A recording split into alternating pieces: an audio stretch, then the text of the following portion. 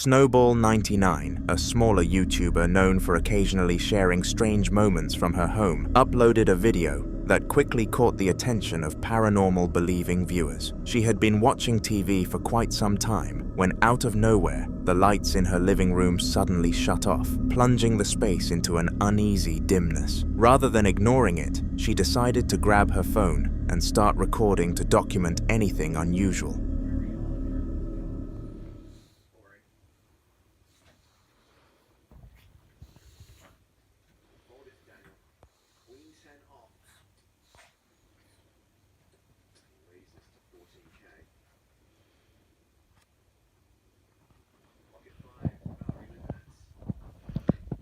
Lighter. You see a nose? The blinds. Diego Villela has just arrived at the table. Player from Brazil with total live earnings of $75,000. Oh my God. Yeah, Diego, let's see a flop connect the cards to make a decent top pair and He calls as well. We're going three-way to the flop.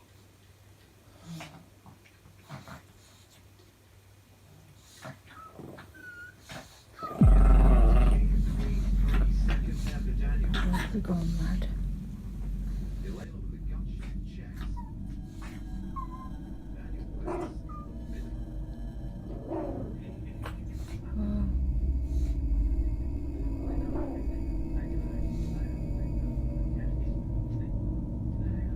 Dogs are going mad.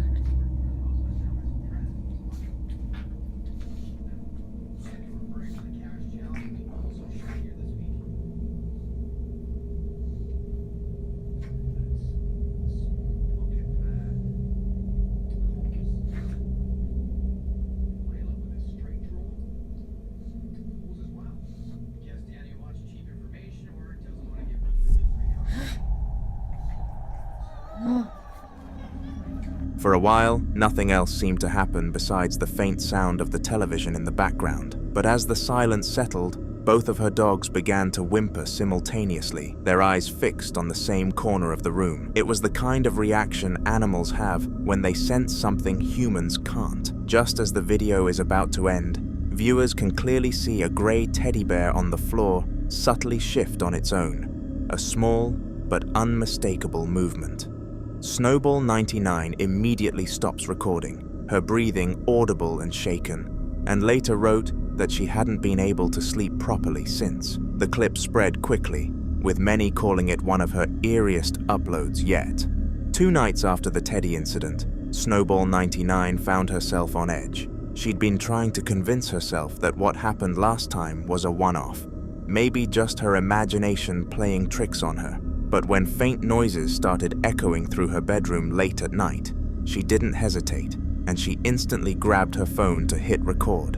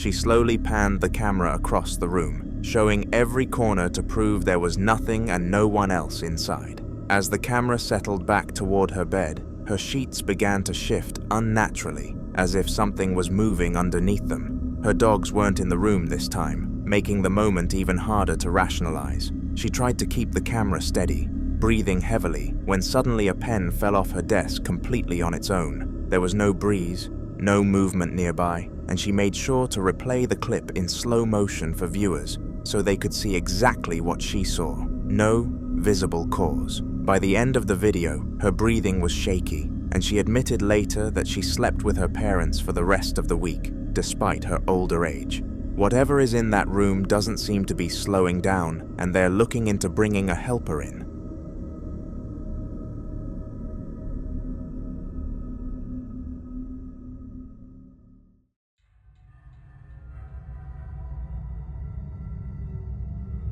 Eddie had been dealing with strange activity for weeks, but this time it felt different. The knocking wasn't echoing through the halls like before. Rather, it was coming from one specific spot. He grabbed his phone and started recording as he walked through his now loud house toward the sound. Mam użyć?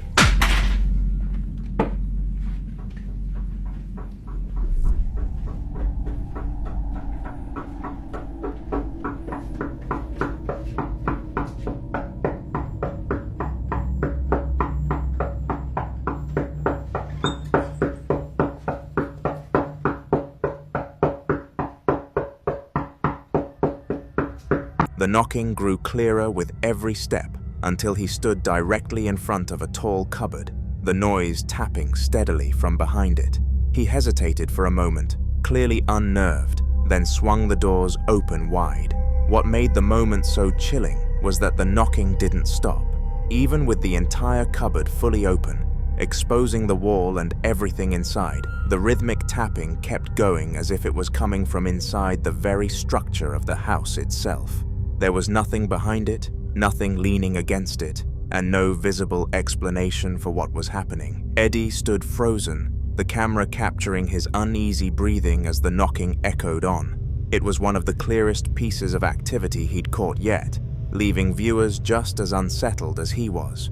On another occasion, Eddie was trying to unwind in his living room, but the calm didn't last long. It never does when your house is haunted. Nie, to ten. Wreszcie w domu. No stąd?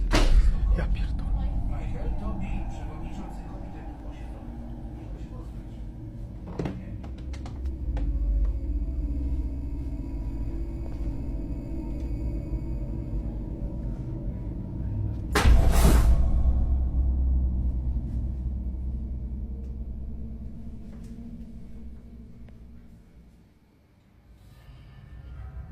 A faint tapping started coming from a cabinet across the room, the one where he kept fragile items like wine glasses.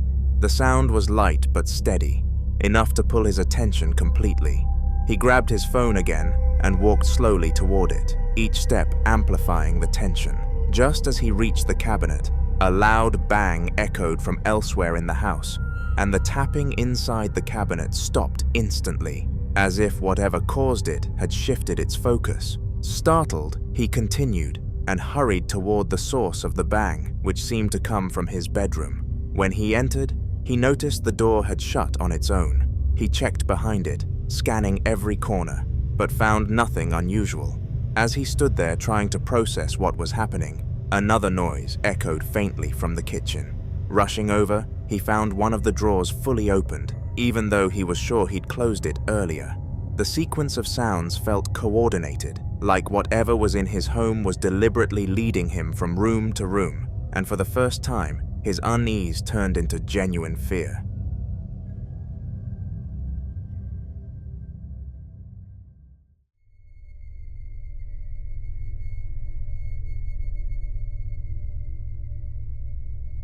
Late at night, a security guard was doing his usual rounds when something on one of the CCTV monitors caught his attention. It's safe to say that it was far from expected.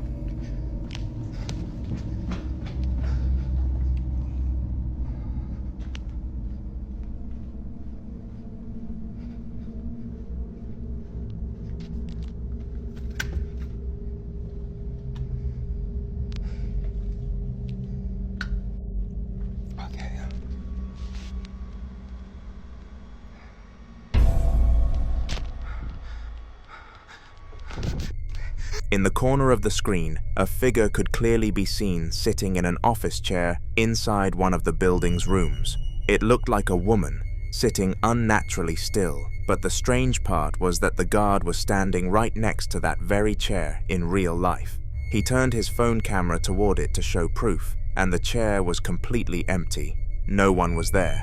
Shaken, he bolted toward another nearby room that the cameras showed as being pitch black. When he arrived, the lights were off, despite the fact that he swore he'd left them on earlier. He flipped the switch, restored the lights, and quickly returned to the security room to keep watching the feeds. That's when things took an even darker turn. On the same monitor, the woman who had been sitting in the empty chair was now standing in the room he had just checked. It was like she'd followed him there. The realization hit him all at once, and his breathing turned shaky as he stared at the screen, fully aware that he was alone in the building. Whoever was haunting him definitely did its job of causing fright.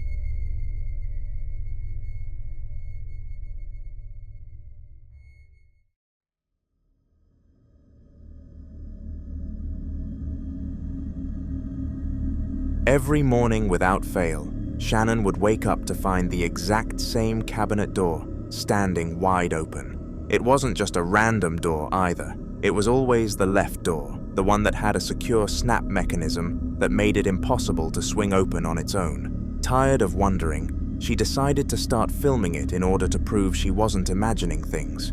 Okay guys, I'm gonna post this on Facebook, but every morning that I wake up, this cabinet right here, this cabinet right here is open.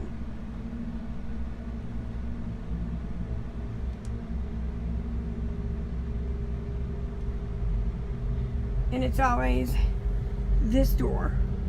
It's got a snap, as you can see up top right there. It snaps, so there's no way that that door can just open up on its own. It's not even full inside of the cabinet. But every morning I wake up, for the last 2 weeks, this door has been open, as if something or someone has opened the door. And I've asked everyone in the home here that lives with us, and no one messes with this cabinet. This is in my room. Now, I don't know what it is, but I'm going to try to set my camera up at night, and I'm going to try to see if I can catch it opening up on its own. If I can, I'm going to post it on Facebook. I'm going to post it on YouTube also. Not Facebook, YouTube. This is just the freakiest thing ever to me. Like, it freaks me out. It just, like, I can't take it. But I just wanted to share that with you guys. I'll try to keep updates on it and let you guys know if it opens up again. Like, it's super freaky to me. Super freaky. Shannon pans the camera toward the cabinet, showing how the right door stays firmly shut while the left hangs open again. She zooms in on the snap to show it clearly locked in place, meaning that there is no way it could open on its own. Wind or uneven hinges couldn't be the cause. Determined to catch whatever was happening, she sets a camera up facing the cabinet before heading to bed. She explains that if the door opens again by morning, there will finally be proof. The clip ends with the camera positioned, quietly recording through the night, leaving viewers wondering what it will capture when the sun rises. The very next day, Shannon uploaded a follow-up video, and this time she had undeniable proof. The footage shows her cabinet in the early morning, completely still, before the left door slowly pulls itself open, as if something invisible was tugging on it. The crazy thing is that it happened as she was collecting the camera. So, yeah. And see? There it goes again. It just now opened on its own. Wow. And see, there's a snappy thing right there. It snaps shut tight. Maybe if I do it like that, it won't open. I'll try. What makes it even stranger is that Shannon points out the snap mechanism again, zooming in to show how it clicks firmly into place, proving it can't just drift open on its own. She then steps into frame, closes the door herself with a clear snapping sound, and pulls on it lightly to show just how secure it is.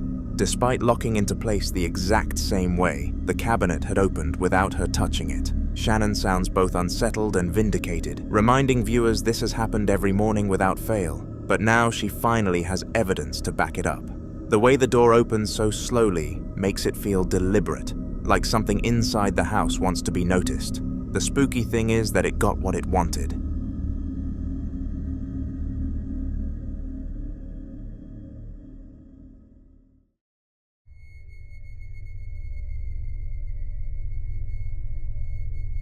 Chriselle Luna has returned to the same chilling location featured in her previous investigation, a place that has already given viewers some unforgettable moments. For those unfamiliar, she's been exploring a notoriously haunted site, documenting everything she experiences for her audience. In this new clip, Chriselle is seen stepping outside the facility into the pitch-black night, her flashlight barely cutting through the darkness. The atmosphere is heavy, with only the sound of her footsteps echoing against the quiet surroundings. ¿Qué dicen que ven en el lugar, eh? Estoy sintiendo que la energía cada vez se está poniendo peor. Ok. Vamos a salir de este lugar. Quiero ver si en la casa logramos registrar algo, ya que creo que es donde hay mayor actividad paranormal. Vean, se ve terrible ese lugar. Ay, escuchen. Meli, acá. Escuché un ruido ahí. No sé si la cámara lo registró. No sé si fue por el aire. Pero aquí escuché algo. ¿Quién está aquí? Se está moviendo.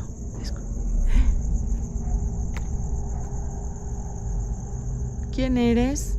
¿Necesitas ayuda? Quiero ver si estás aquí. Si necesitas... Just as she's about to move further away, a bang erupts from inside the building, causing her to whip around and hurry back in. She scans the area cautiously, her camera sweeping across the dark interior. Nothing appears to have changed. The only thing standing in the middle of the silence is the same old tractor she encountered before. Unmoving yet oddly eerie, she eventually ends the clip still uneasy. Subscribe to me as this story has not yet ended. A man was checking the baby cam and audio monitor at a random interval of the day when he noticed something strange. The monitor was picking up odd, distorted noises coming from his baby's bedroom, even though his wife and child weren't in there. Alright, check this out.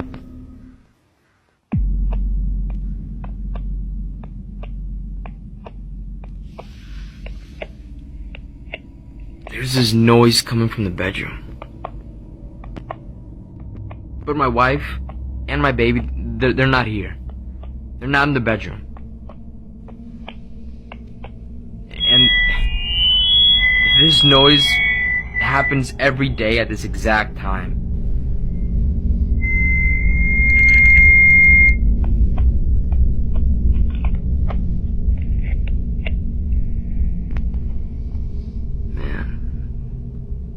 Yeah, there's no one in there.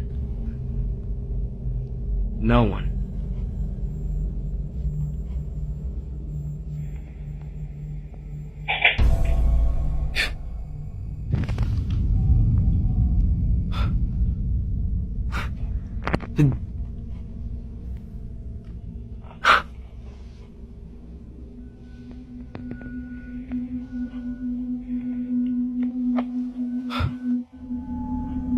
The sounds were difficult to describe, but the best I can say is not quite static. Not a voice either, but something unsettling in between. He explains that this has been happening every day around the same time, as if on a schedule.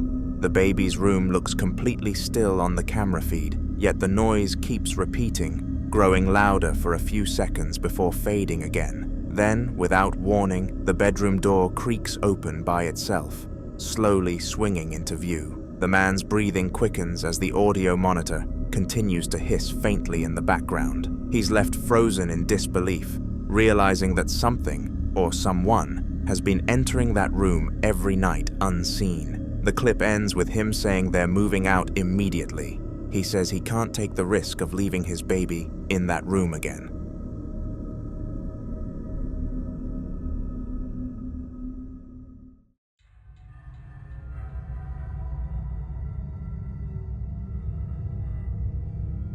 CCTV footage from inside a quiet living room shows Magnus sitting on his couch, watching TV late at night. Everything seems normal until he gets up to use the toilet, then returns and settles back into the same spot. My house is still haunted.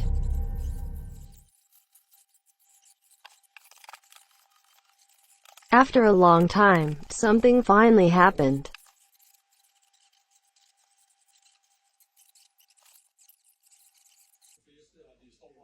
It really scared me this time.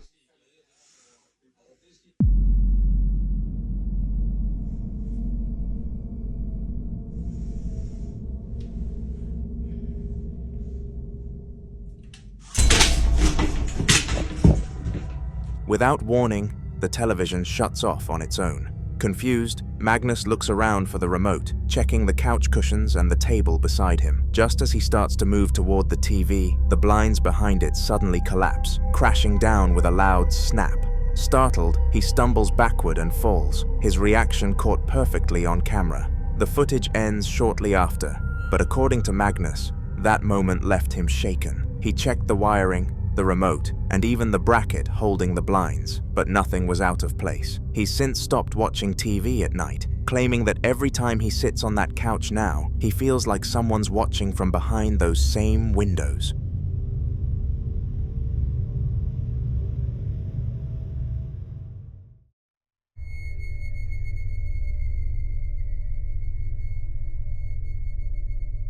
Brandon posted a video his dad recorded after claiming that ever since he used a Ouija board as a teenager, something has followed him. In this video, his breathing is deep and unsteady, as dragging sounds echo just outside his bedroom. Contexto: mi papá de joven jugó a la Ouija y desde entonces se siente perseguido. No terminó el juego como se debe. Ya antes le habían ocurrido sucesos paranormales, pero nunca había grabado.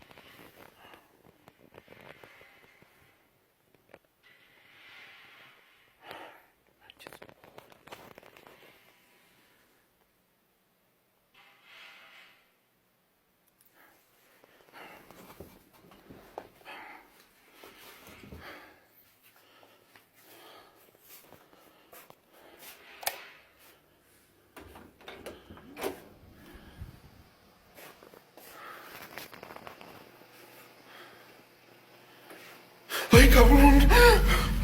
No manches. ¿Qué era eso? No.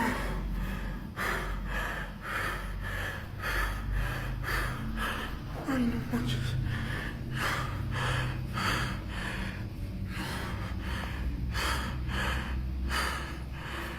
No. Ay, no mames, no mames. He slips on his slippers, muttering to himself before slowly walking toward the door. When he opens it, the hallway ahead looks strangely off, dim and stretched in a way that feels almost unnatural and uncanny. He steps forward, scanning the shadows, but then suddenly gasps as a pale face briefly peeks out from behind the corner. The camera jerks as he hurries toward it, only to find nothing waiting there. Trying to steady his breath, he turns to head back, but before he can step through the doorway, it slams shut right in front of him. The clip cuts off immediately after. Brandon later explained that his dad was badly shaken, but otherwise fine, saying the old presence had finally shown itself. Since that night, his dad refuses to sleep in that room, claiming the air feels heavier there. It's almost like something's waiting for him to open the door again.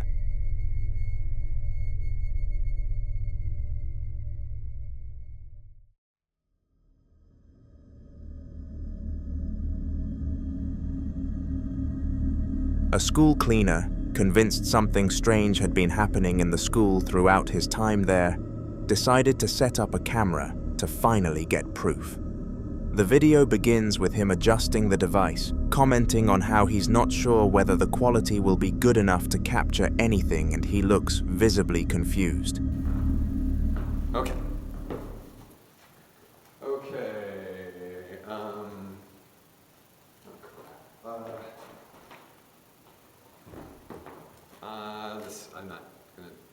I'm not doing this right. Okay. I can't even see myself. As he fiddles with the camera and looks around, a transparent figure quietly glides into a doorway behind him, and it goes completely unnoticed. The shape lingers for a brief moment before fading into the darkness, almost blending into the shadows of the room it entered. The cleaner continues talking to himself, unaware that he just caught exactly what he was looking for. When he later reviewed the footage, the moment froze him in place. He immediately sent the video to the school principal, who is now reportedly considering further action to investigate what might be haunting the halls. For now, the cleaner refuses to work shifts past midday, saying that after seeing what the camera picked up, the school doesn't feel empty anymore.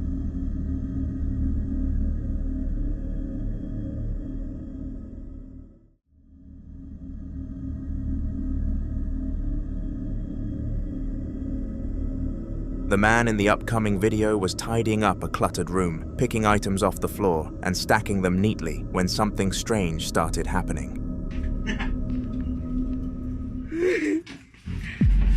No manches. La casa está embrujada.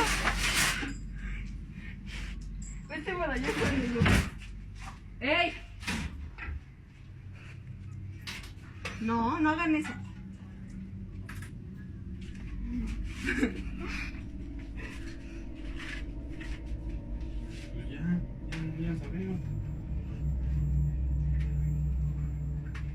No, pero se estaban abriendo ahorita bien feos, ahorita está bien leve.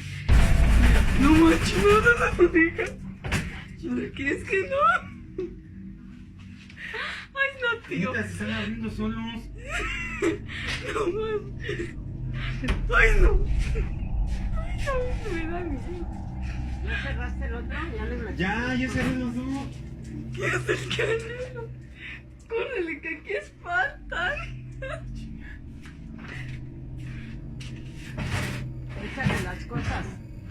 Es todo por irte el Día de Muertos a celebrar. Trajiste algo, tío.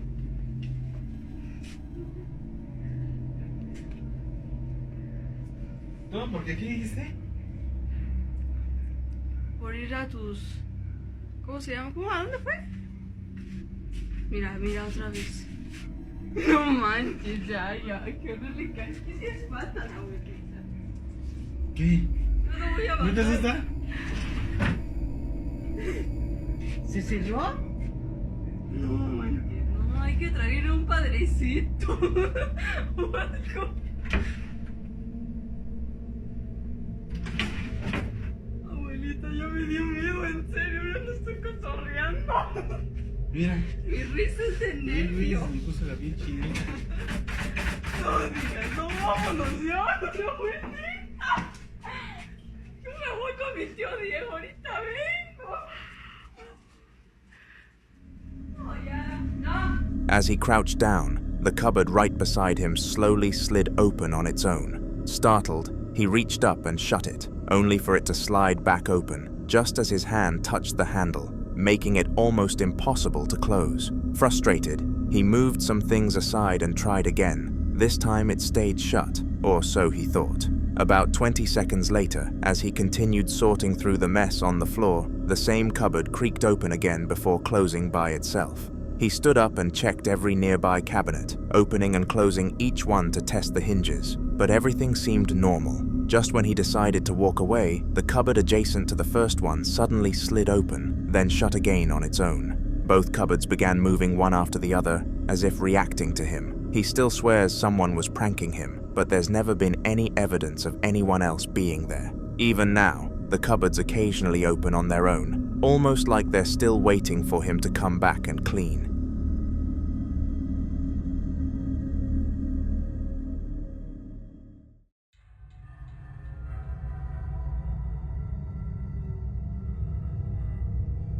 Suddenly, in the middle of the night, a woman was woken up by the sound of screaming outside her window. Disoriented but curious, she grabbed her phone and began filming. Little did she know that she was about to catch something bizarre on camera. I just woke up. I heard someone screaming outside my window.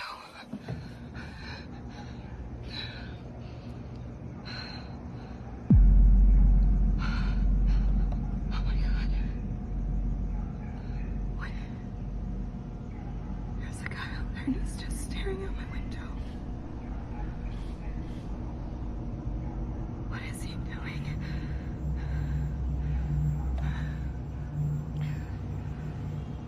What the hell?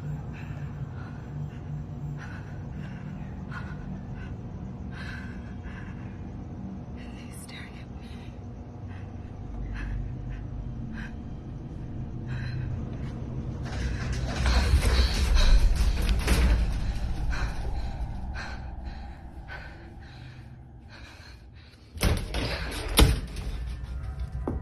Through the window, she zooms in toward the parking lot across from her apartment, and there, standing completely still under the dim streetlight, is a person. Their head is unnaturally tilted, body frozen, staring directly toward her window.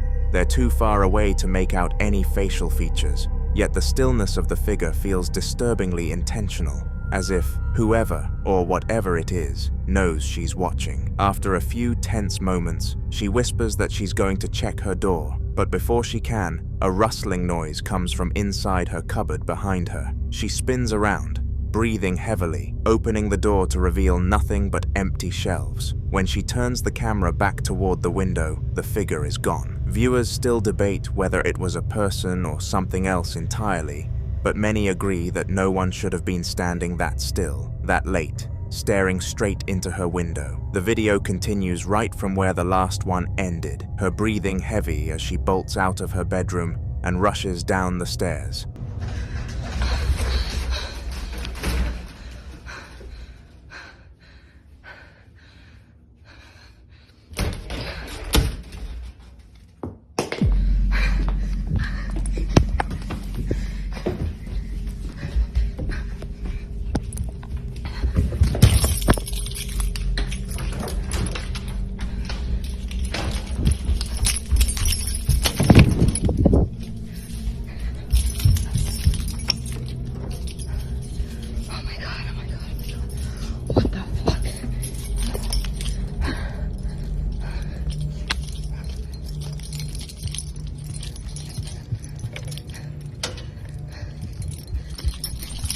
Oh my god, I think there was something fucking in my room. I don't know.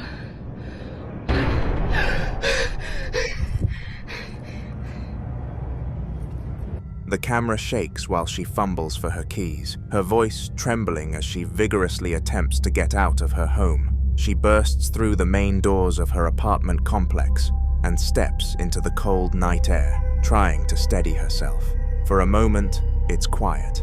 That's until she makes the mistake of looking back up toward her window. Behind the glass, a dark, human-like shadow can be seen moving down the stairs, slow and deliberate, as if it's following the same path she just took. The movement is faint but clear enough to make her voice crack, and she is well aware that nobody else should have been awake at such an ungodly hour. She keeps the camera aimed for a few more seconds before getting into her car, unsure whether to drive off or call for help. I wish her all of my luck on escaping this creature.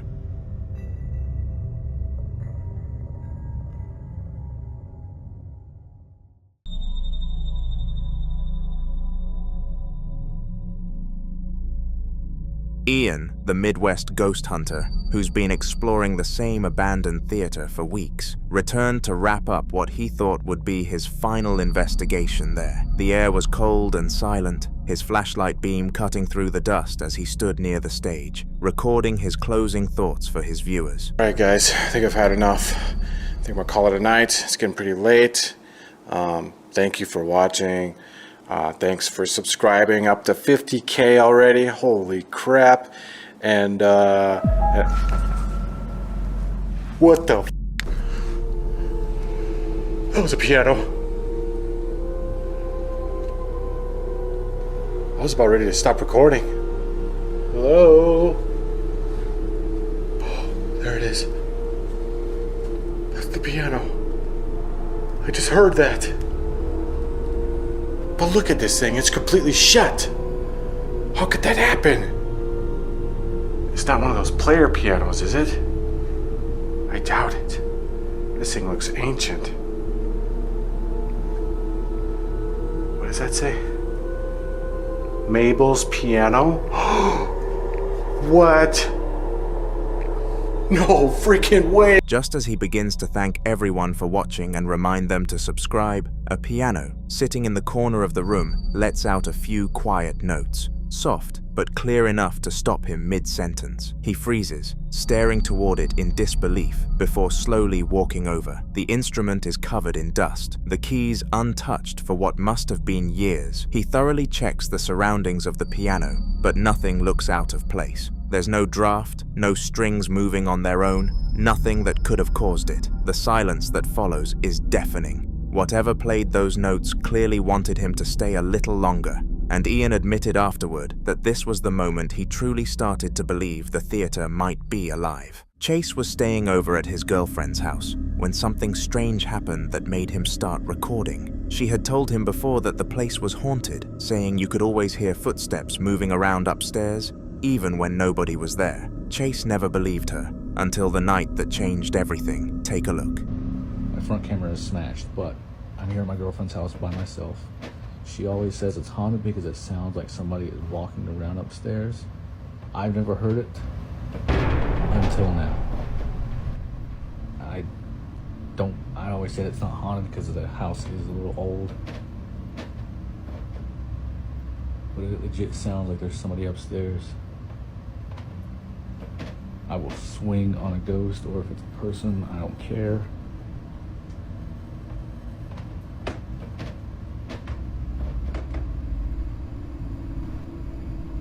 Who's up there? Oh my God, they're like at the top of the stairs. Come down these stairs and I will swing on you, I promise.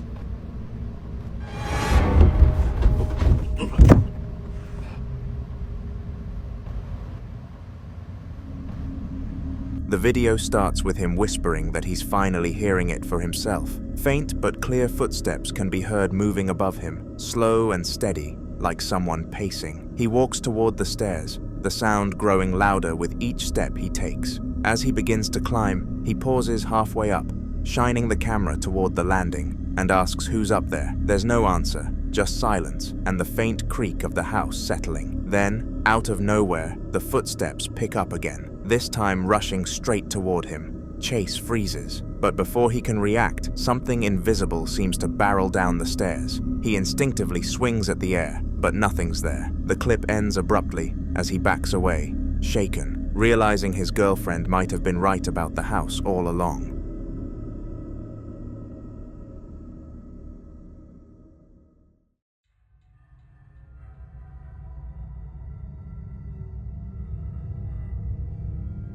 The date was June the 14th of 2025. Chris decided to spend the evening at a well-known haunted forest, a place locals have claimed for years is filled with restless spirits. Armed with his ghost interaction device, he began exploring deep within the trees until he stumbled upon something eerie, an old grave marker for two people right in the center of the forest.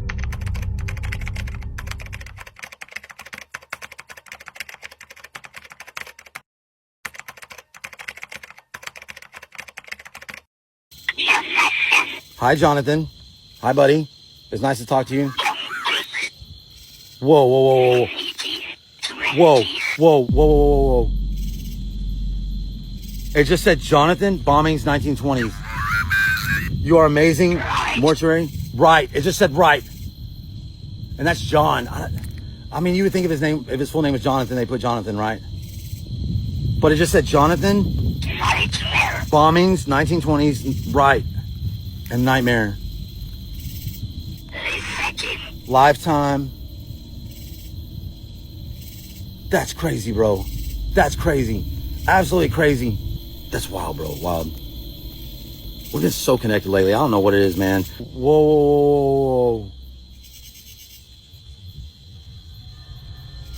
As he asks questions through the device, the faint shape of a white wisp can be seen gliding behind the grave, moving slowly through the darkness before fading away. Chris continues speaking calmly, asking if anyone is there with him, and then the device suddenly responds with two clear words: "You're amazing."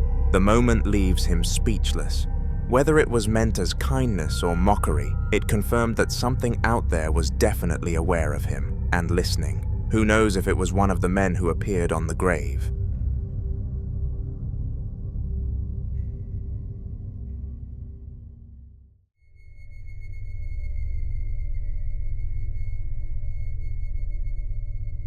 Filming from her bed late at night, a woman in Houston began recording her closet after claiming it had opened on its own just a few minutes earlier. She had recently gotten up, closed it, and returned to bed, but she decided to start filming in case it happened again. The room was quiet, the only sound being the faint hum of the air conditioner as she kept the camera pointed steadily at the door. What happened next was bizarre.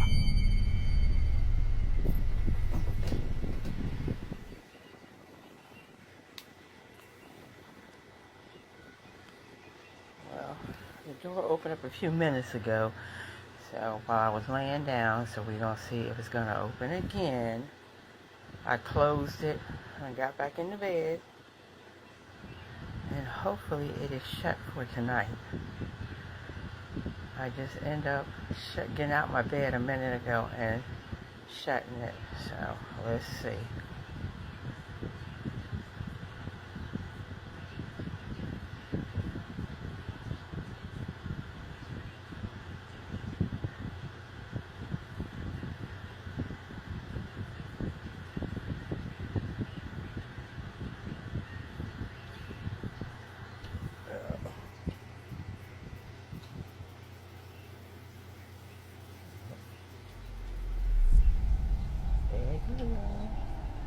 Looky. I'm in my bed, and there she goes.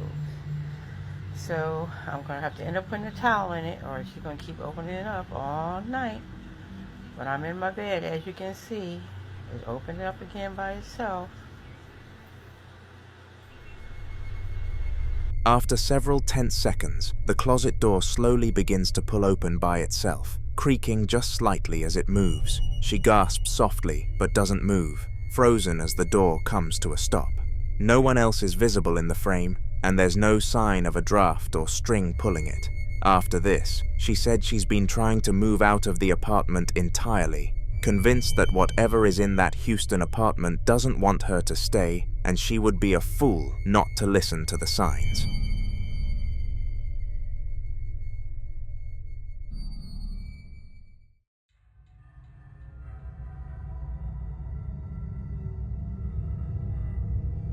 The following footage is grainy and hard to make out, clearly filmed on an older camera, but what it captures is enough to send chills down your spine. Paul, a ghost hunter who often explores haunted places alone, was walking through a wooded area at night, with only the faint beam of his camera's built-in torch lighting the way. The crunching of leaves under his feet is constant as he scans the trees, narrating quietly to himself. Then, out of nowhere, something insane happens, so have a look.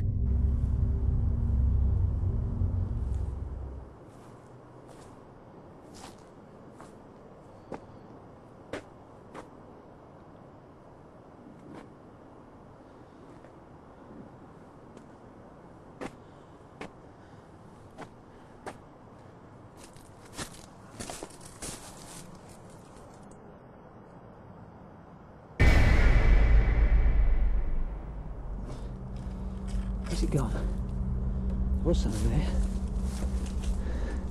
Sure I saw something. Where is it? It was around here somewhere.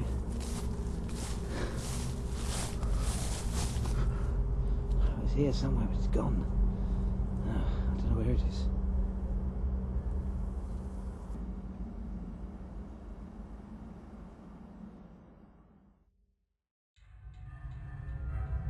Out of seemingly nowhere, a white, human-like figure glides across the frame just ahead of him, its movement smooth and unnatural, almost floating rather than walking. Paul immediately swings the camera around, calling out into the darkness, but whatever it was is already gone. He searches the surrounding area, panning the light through the trees and undergrowth, but there's nothing there. No noise, no footprints, no sign of anyone else. For someone who spent years chasing the paranormal, even Paul admitted afterward that this one left him completely rattled. Who knows if he will ever spot something so clear again.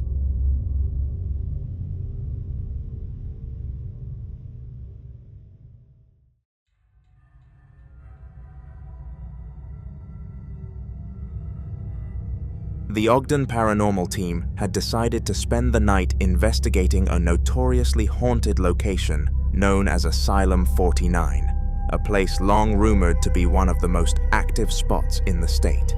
During one part of the investigation, two members of the team, a man and a woman, were sitting quietly in a dimly lit room, waiting to see if anything would happen, while the rest of the group monitored from another area. This is what happened.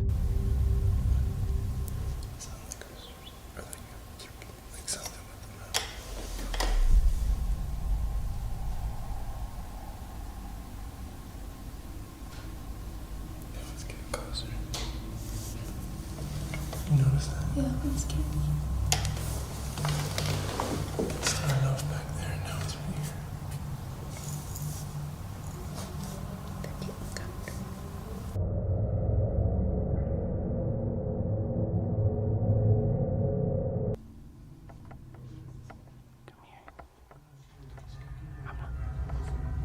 For a while, everything was completely still, the only sound being the faint hum of their equipment. Then, out of nowhere, soft noises began echoing from behind them, like distant shuffling or something moving just out of view.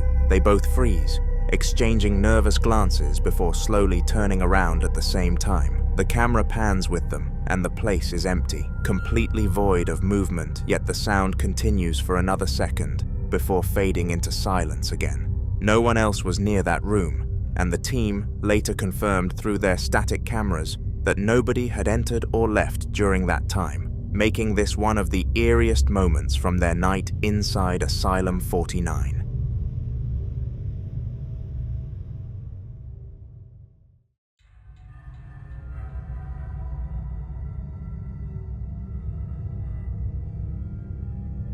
A young family captured a moment that started off completely normal, but quickly took a strange turn. The clip begins with the grandmother arriving at the house, greeting her daughter grandson at the door. The mom cheerfully asks her son if he wants to go to grandma's, and he immediately lights up with excitement, nodding and running toward the front yard. Things are wholesome until they become odd.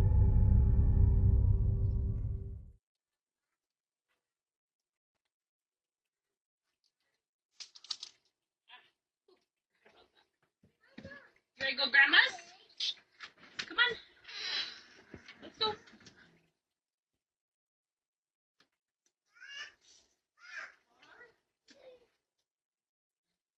I want you. She's got cups. Okay. Yeah. Dada! I'm just hanging me. Daddy hanging me. Oh, wait. What? Okay. Ooh, come on, Clarence. Okay. What, Daddy? That's what I was just about to ask. What did you say, bud? Did you say bye to? Bye. I said bye, Daddy. Oh, okay.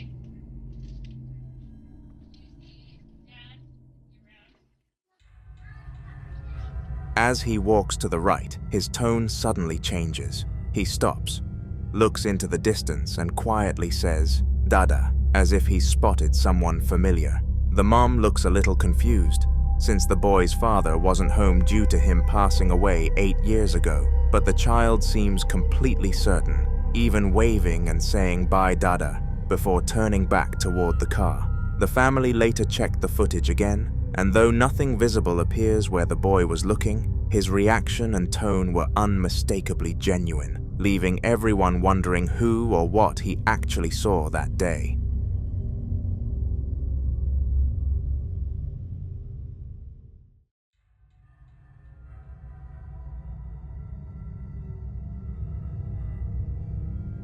Luke had set up a small camera to keep an eye on his cat while he was out, but what the footage ended up showing was far from what he expected. Everything seems perfectly normal at first, just a quiet kitchen with his cat lounging. Then, things start to get strange.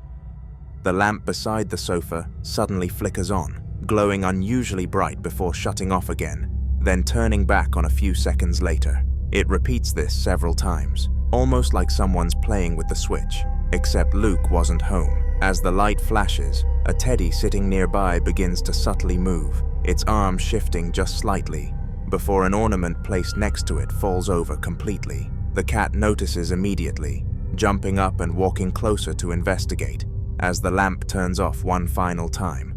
After that, everything stops. The room goes still again, silent and undisturbed, as if nothing had ever happened.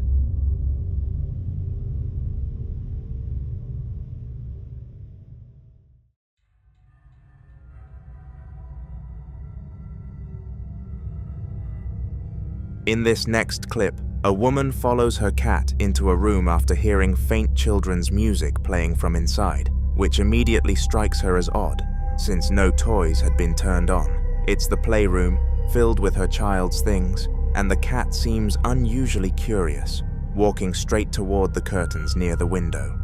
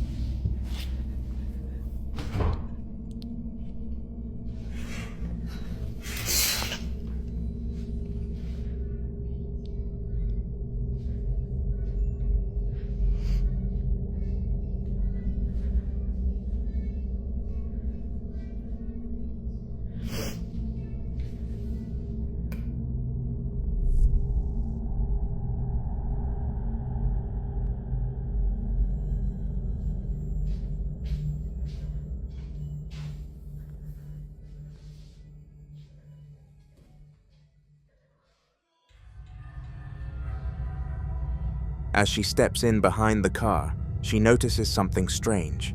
The legs of a bear plushie beneath the curtain are subtly moving back and forth, almost like they're kicking. She walks closer, trying to make sense of what she's seeing, and then pulls the curtain aside to reveal the toy lying still on the floor. It's not moving at all now. Thinking maybe she imagined it, she starts walking away, only for the bear to shift slightly again, just an inch, completely on its own. She immediately pulls it back and shows behind it with her camera, proving that nothing and no one is there. In the aftermath, she admitted the incident left her too unsettled to keep it and decided to list the toy online to sell it. Pete was inside getting ready for bed when he saw his wife standing out in the yard, staring up at the full moon. He grabbed his phone and went out to join her, the two of them taking a moment to appreciate how nice the sky looked that night. Everything was calm until a strange siren-like noise echoed from somewhere far out in the fields. They both stopped and listened, trying to figure out what could make a sound like that.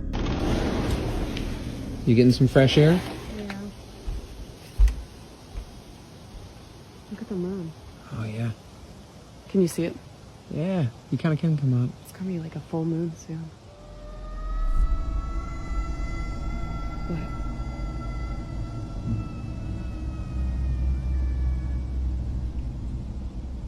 I sound pretty far. It's been a couple quiet nights, though. It comes again, long and warped, almost like an animal call, but stretched in a way that didn't sound natural at all. Some people online said it was probably just a fox, but Pete and his wife didn't look convinced. The tone, the pitch, the way it seemed to shift directions made it feel like something else was moving out there in the dark. they stayed outside for a minute longer, unsure whether to go back in or keep listening, and the whole thing left them wondering if they had just heard something they weren't supposed to. While they were still unsettled from the night before, Pete and his wife decided to clear their heads with a walk through the woods on a daytime date. The trail was quiet, just the sound of birds and wind moving through the trees, when suddenly Pete froze mid-step. He held up a hand and whispered that he'd just heard something near him. His wife thought he was joking until the camera picked it up too. This is our idea of a date night. I'm just walking through the woods. You're very graceful. I mean, I'm trying to record and walk at the same time. What? You hear that? No.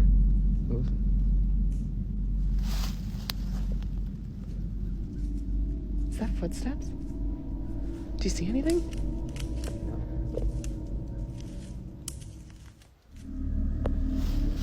Soft, steady footsteps crunch through the leaves a few yards back, but when they turn around, there's nothing on the path. No hikers, no animals, no movement at all. The sound continues for a few seconds, clear as day, almost like someone invisible was pacing just out of sight. There's no logical cause anywhere in the frame, and the two of them stand there silently, realizing that whatever they heard last night might not have stayed in the fields. In the direct second part of that clip, the atmosphere shifts fast as Pete and his wife stand frozen on the trail, still trying to figure out who or what those unseen footsteps belong to. That same unsettling siren-like sound they heard the night before echoes through the woods.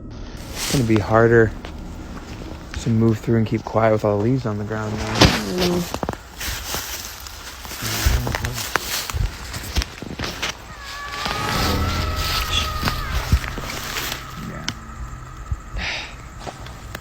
When it snows, it might be easier to walk around out here. Yeah. Can we go home? It starts faint, deep between the trees, almost like a distant wail, then rises just enough to prove it's not the wind and not any animal they recognize. The moment the sound stretches out again, both of them whip their heads toward the direction it came from, but there's nothing but dense forest. You can feel the panic building in Pete's voice as he tells his wife they need to leave. The clip cuts off right as they turn and start moving quickly back down the path. According to Pete, once the camera stopped rolling, they didn't risk staying any longer. They jogged the entire way home, convinced that whatever had followed them from the night before was still out there, watching. In the continuation, Pete explains that despite how terrified they were, curiosity got the better of them. About an hour later, they went back out with the camera, wanting to make sure the sound wasn't just an animal, and to see if anything had actually been out there. What the fuck is this? Ash, come here. What? What is it? Pete, look at this. Follow them? What does that mean? I don't know, but we should really get out of here. We gotta go. As they walk deeper into the trees, they come across something that makes both of them stop immediately. On the forest floor is a strange arrangement of branches, not random, but laid out deliberately to surround a holy cross. They look around, confused, until they notice another set of branches a few feet away. This one isn't a symbol at all, it's words. The branches are aligned to spell out all of them, each letter formed with unsettling precision, like someone, or something, had been waiting for them to find it, before they can even process what it means.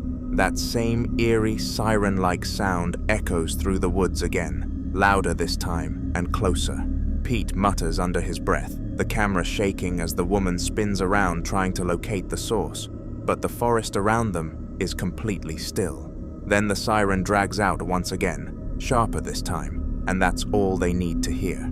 They take off running, sprinting straight back toward home as fast as they can. According to Pete, they didn't stop once until they were inside with the doors locked. The woman, Ashley, later admitted that the fear hadn't left her at all. but curiosity was eating at her even worse than it did Pete. So that same night, without telling him, she decided to sneak back into the woods on her own with just her phone and a small flashlight. She said she wanted to know if the siren was real or if they'd scared themselves into imagining it. The moment she stepped under the trees, the forest felt colder, heavier, almost like it was aware she was there alone.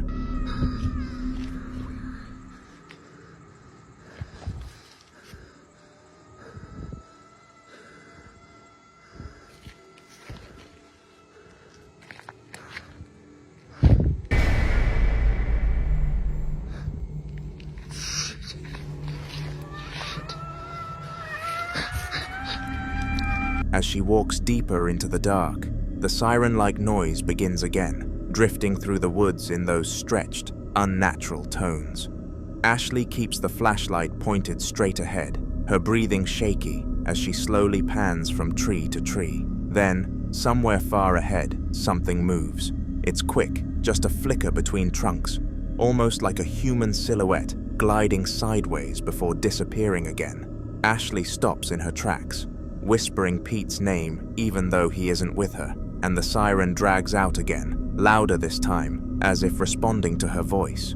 The second she sees another flash of movement, like an orange light closer now, clearly not an animal, she spins around and runs. She doesn't look back once, sprinting through the dark forest with only her flashlight beam bouncing wildly in front of her. According to Ashley, she didn't slow down until she could see the lights of her house, and after that night, she swore she would never go into those woods alone again.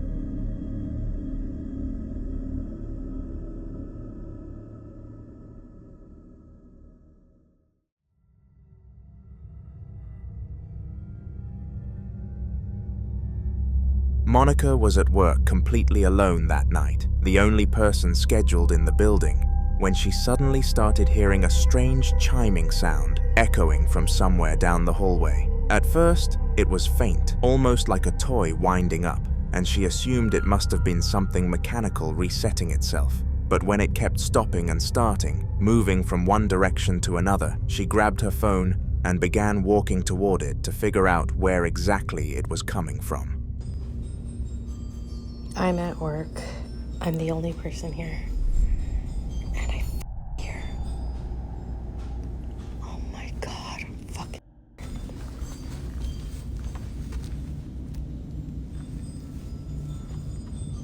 The scary movie says you don't go see what's going on. But what the f? I'm gonna lose my goddamn shit.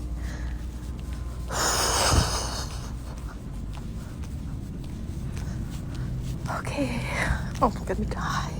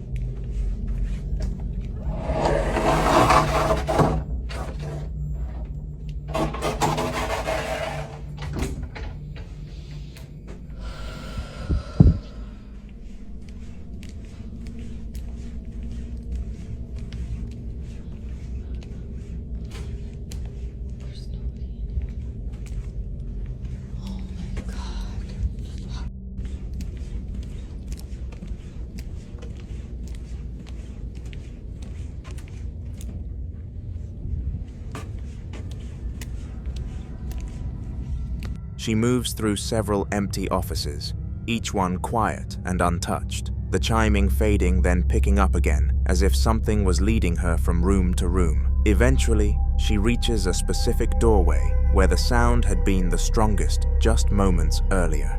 She steps inside, and everything is perfectly normal. The shelves are untouched, the chairs are still, and the toy that supposedly made the noise is sitting on the table exactly where it should be. She even picks it up to show there's nothing wrong with it. Monica walks around the room and then checks the adjacent one too, since part of her job is to make sure the area stays secure. But there's nothing and no one there. The clip ends with her confused and unsettled, realizing she never actually found the cause of the chiming. Later, security footage was reviewed to rule out intruders, and it confirmed that nobody entered the property at any point during her shift, making the whole incident even harder to explain. A few days later, Monica was back at work alone again, and things had only escalated since the chiming incident. She explained that the lights had been flickering non-stop all morning, turning on and off in random rooms, even when she wasn't anywhere near the switches. That's when she finally pulled out her phone to start filming, hoping to prove she wasn't exaggerating. Here we go again.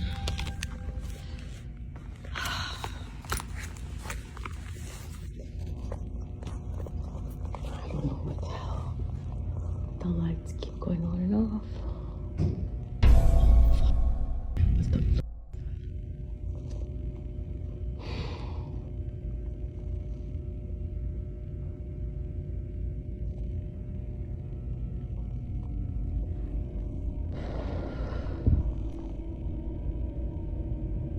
Oh. Okay. I have to go upstairs. I don't know. That sound was at the same time as the light went on. Okay, it could be an electrical thing. Doesn't have to be scary. I don't know what's happening. I'm not scared, but Okay, so I'm at my desk now. The lights went out. They were going on and off when I was downstairs. I was able to capture it one time. I'm not scared. I'm over it, actually. I'm super irritated. I'm hearing shit. I hear whispering and humming. I'm about to go over there. Ugh. I'm not scared, but just super irritated. Okay. Oh, no.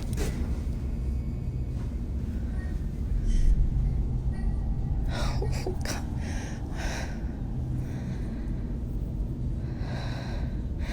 I'm not scared. Okay.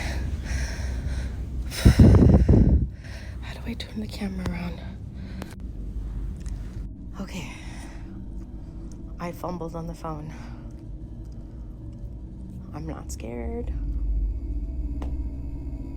I heard humming. I'm gonna open that closet again.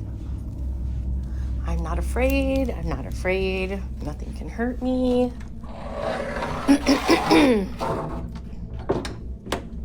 There it is.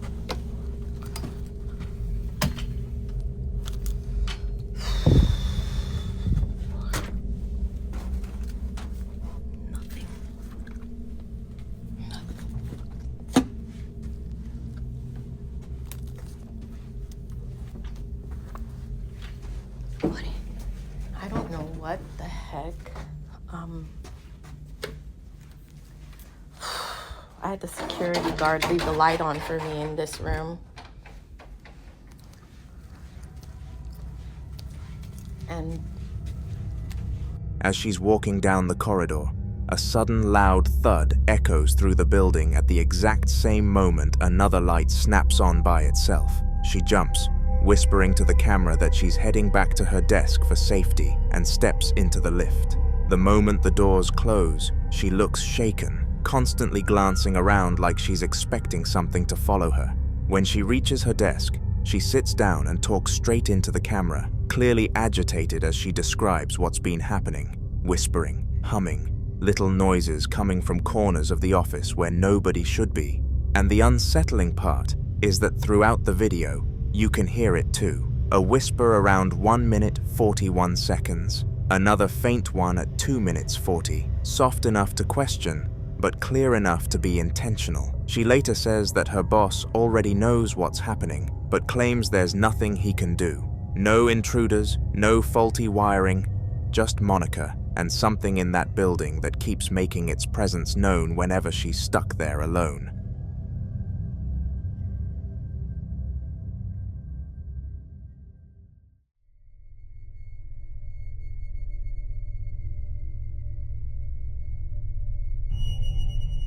In the following video, a kid is spending time with his father in the kitchen, happily putting pieces of fruit into a small plastic cup, while his dad films the moment. It's quiet and normal at first, just a wholesome little clip. Then the atmosphere shifts. Ahora nos abrió la puerta y se presentó. Uno con el limón. A ver, dile a la abuela. Limón. Dile, mandarina. ¡Mandarina! Se cayó. ¿Qué? No. Hola. Dile, espera, Marcos.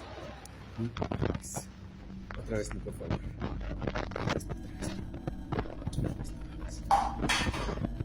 Rolo. No mames, mierda. No mames. No, espera. Alguien se metió. Quédate ahí, Daniel. Alguien se metió. No mames. Rolo. ¿Será el perro?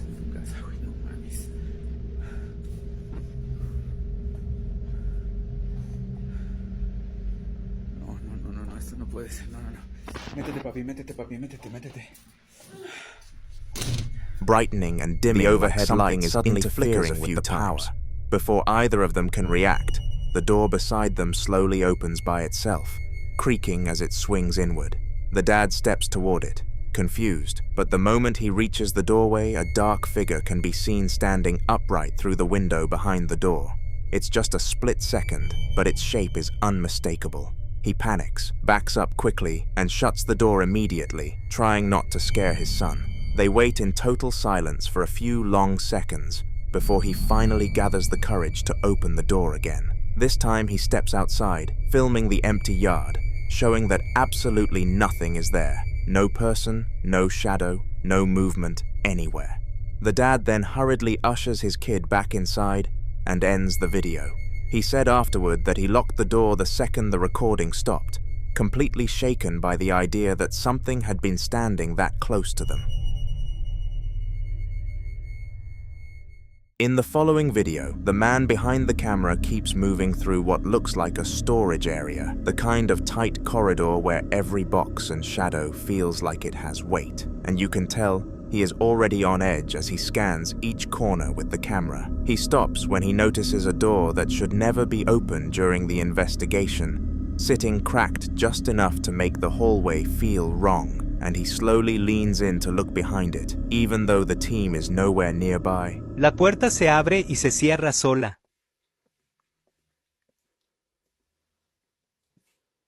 Se está abriendo esa puerta.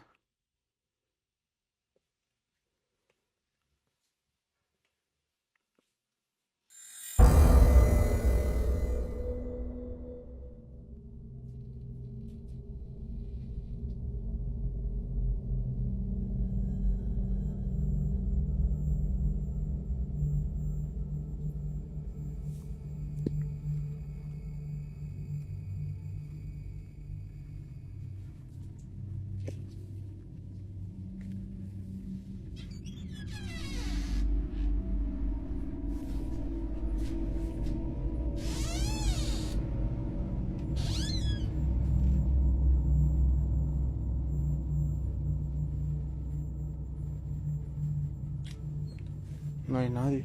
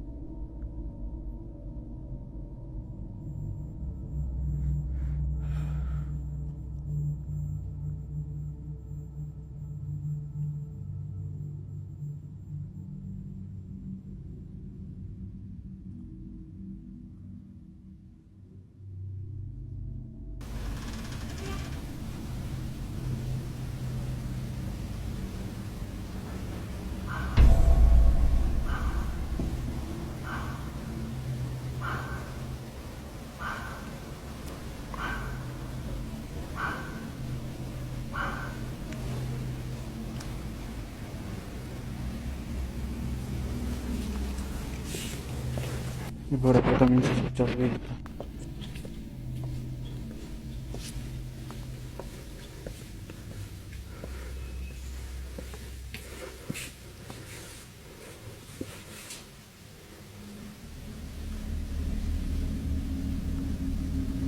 He finds the door opening a crack, so opens it and checks behind it just to see nothing. Because of this, he walks away and the door shuts by itself as a strange noise starts playing behind it, and he speed walks out of the hallway. The second that door slams, you can see his whole body tense, because that wasn't wind, and it definitely wasn't timing or coincidence. And the noise that follows sounds like something trying to push through the wall just to remind him he is not supposed to be there. His footsteps turn into a full speed walk that almost looks like he wants to run but refuses to make noise, and every few seconds he glances back like he expects the door to open again. Moments like that show exactly why investigators always say curiosity is one thing, but when the building answers you on its own, that is when you learn how fast fear can move.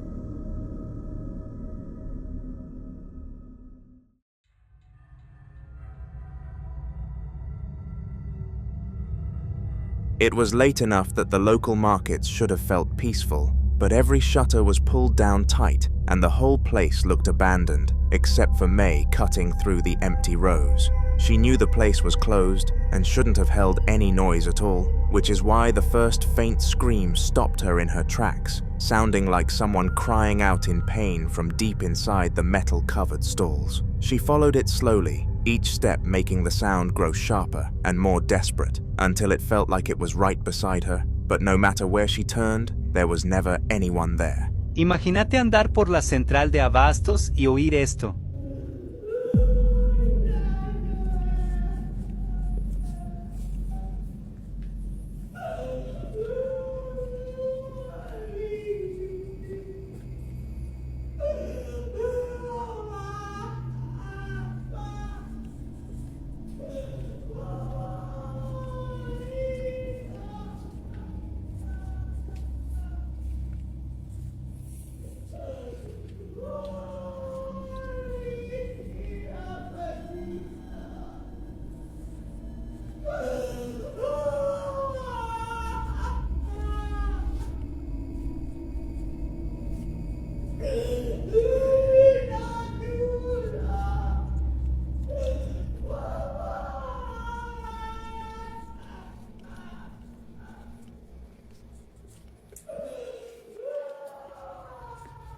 The screaming and crying keep getting louder as she walks, yet she can't find the source even when it sounds feet away. By the time she reached the end of the walkway, the noise was so overwhelming it felt like it was coming from the walls, and she spun around expecting someone to stumble out, but the shutters were sealed tight like they hadn't moved in hours. That was the moment she realized she wasn't chasing a person at all, and the way the sound cut off instantly once she stopped filming, almost like it knew she understood, made the silence after feel even worse.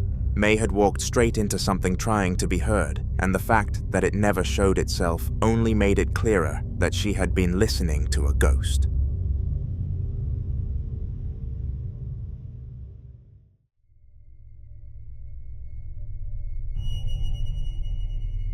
It happened late in the evening when the house was already settling into that quiet that makes every shadow seem a little thicker, and Charlie kept tugging at his dad's sleeve, saying there was a scary boy standing across the room staring at him. His dad brushed it off at first, calling it pretend, but Charlie wasn't smiling or joking. He just kept insisting the boy was real and he didn't want to be near him. Eventually, the dad told him to show where this scary boy was, so Charlie nervously walked with him through the hall and stopped at a doorway, pointing inside with his hands shaking like he expected something to move. What are you saying, Charlie? There's a scary boy where?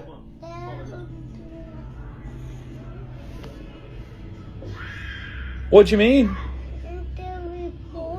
What, are you doing pretend?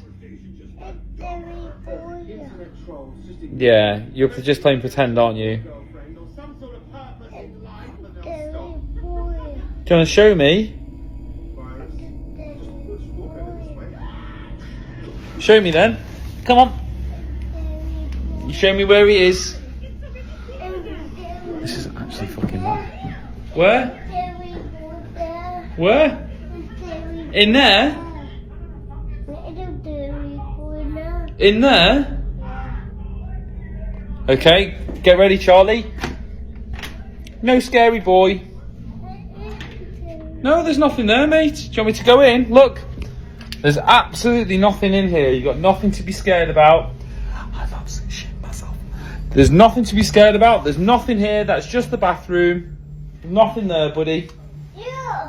Yeah. That's just the shower. Never been more scared in my entire life. Oh.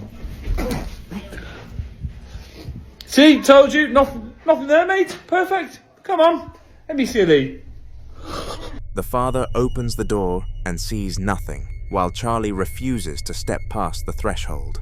The moment the door swings open to an empty room, the dad turns back confused, but Charlie steps back like he's afraid something invisible is right in front of him, claiming that the scary boy is still there, even if his dad can't see him. That kind of fear doesn't come from pretending, and the way Charlie wouldn't even look into the room made the dad realize this wasn't just a kid's imagination. It was something he couldn't explain, and something Charlie clearly wished he hadn't noticed at all.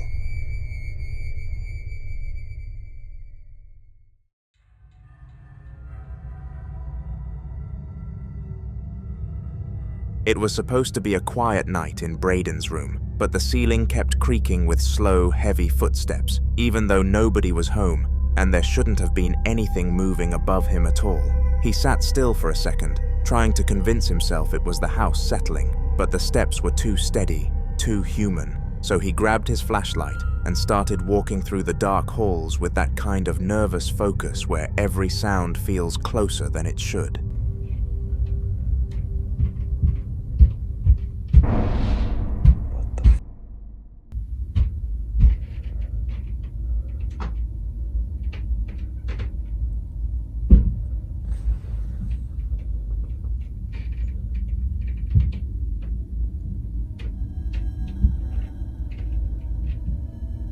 Wow, it's really bad right now.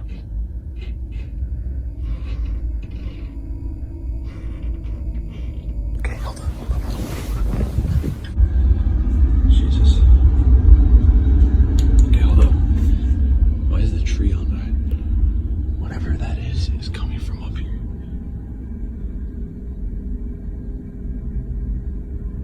Should I attempt to go in there? Because that was coming, all that thumping, it was coming from like right in there, in that room. What the? He points his flashlight upstairs and hears his own exact voice say, "Come up for a sec." The way the voice coming down the stairs matched his tone perfectly meant he froze, because there was no way his own voice should be calling him from a place where nobody was standing. It wasn't an echo, and it wasn't a trick of the house. It sounded like something pretending to be him just to get his attention. He didn't step closer. He didn't even breathe for a moment, because when something upstairs can mimic you perfectly, the last thing you want to do is give it the chance to talk again.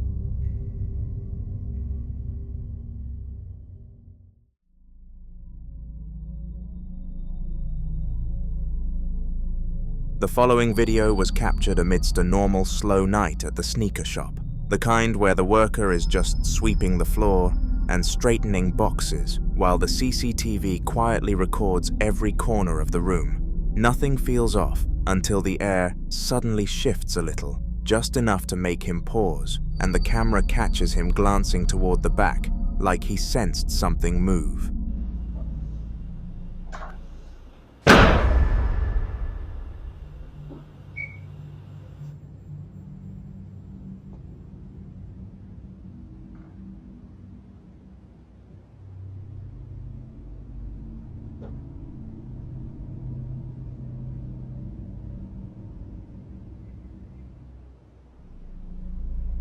As he keeps cleaning, the door to the back of the shop slams shut on its own, even though nothing is near it.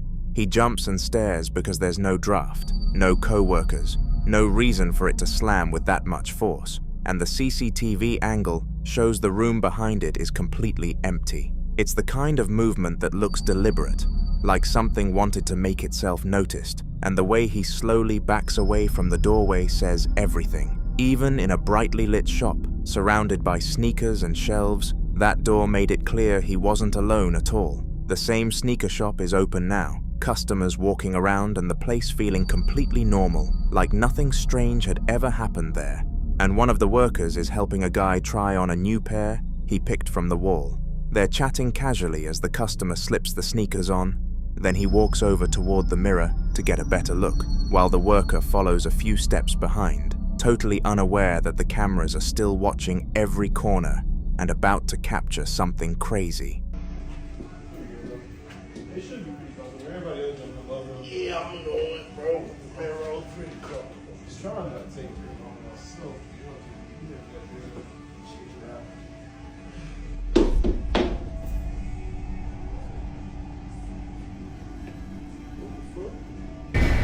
Hell no.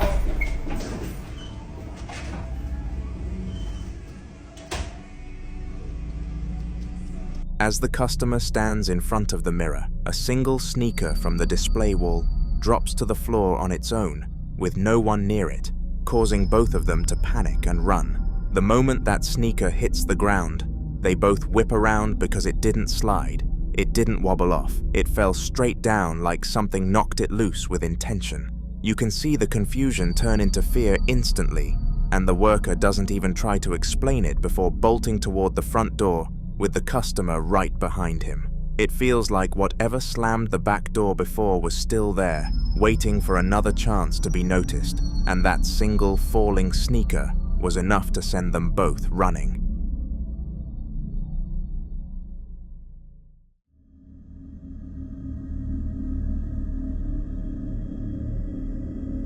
The shop had only been open for 12 minutes when the man working started saying something was moving around in the attic, and the walls, like the whole building, was settling wrong, and the fact that the store next door was abandoned made every sound feel way more isolated than it should.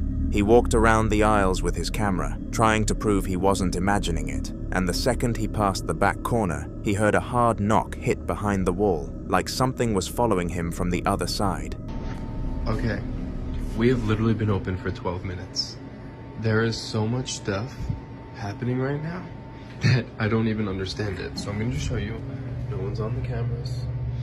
There's stuff coming from the attic and in the walls again. And if you look it up, the store next to us doesn't exist. They went out of business. No one's here. Hello? Hello?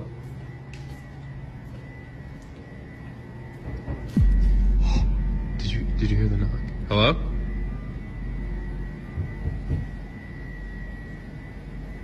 Can you knock again?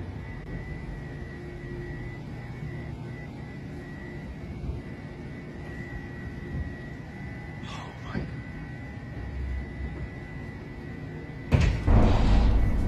What the? It's honestly a great day to be haunted. I'm just recording right from Insta. I don't know if the machines are so loud, but there's so much knocking coming from the attic. This is insane, like literally.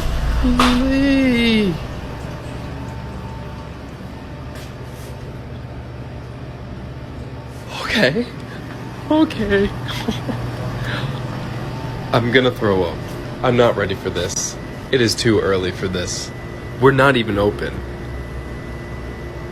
Hello? Is there a reason you're so active right now? My Jesus Christ! What the fuck is happening? I can't fake that. Holy cow. Okay, wait. I'm gonna try to do one continuous video proving that nobody's up here. Oh my god. I have goosebumps. Wow, this ain't even a TikTok. Okay. I'm just...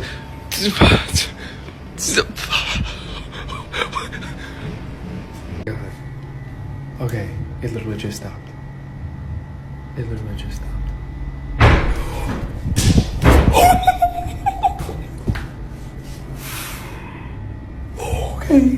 Okay, can't show the code. Something literally flew off the wall. Bro. Spirit, is there a reason you're so upset today? Oh my goodness. Oh my goodness, Jesus Christ. I don't even know where to go. Okay. Holy, look at this. I'm a little actually scared right now because this is in the morning. We don't usually experience this much in the morning. The knocks keep happening as he circles the store, most of them coming from the attic, and the place isn't even open yet, so there is no way it could be a prankster customer. He pulls down the attic ladder, and loud banging erupts above him before going silent. But right as he says it stopped, more knocks explode across the ceiling, and something is thrown off the wall. He shows the item on the floor through the CCTV feed. When the object hits the ground, he freezes, because that wasn't just noise, it was force, and the attic ladder hanging open behind him makes it feel like something could climb down at any second. He stands there breathing hard while staring into the dark above, and the silence that follows feels like the building is waiting for him to move so it can answer again.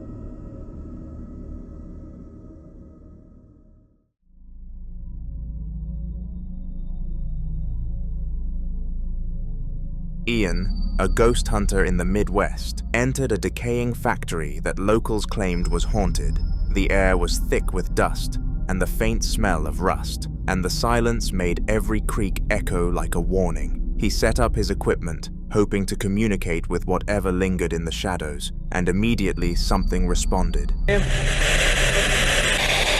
Who are you?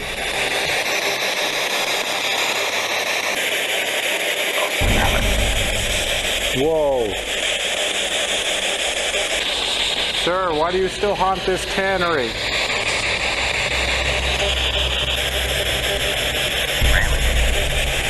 But you said railing. Railing. Like fell over the railing. Are you saying that you died on these catwalks? And that you fell? Whoa. It sounded like that's what happened.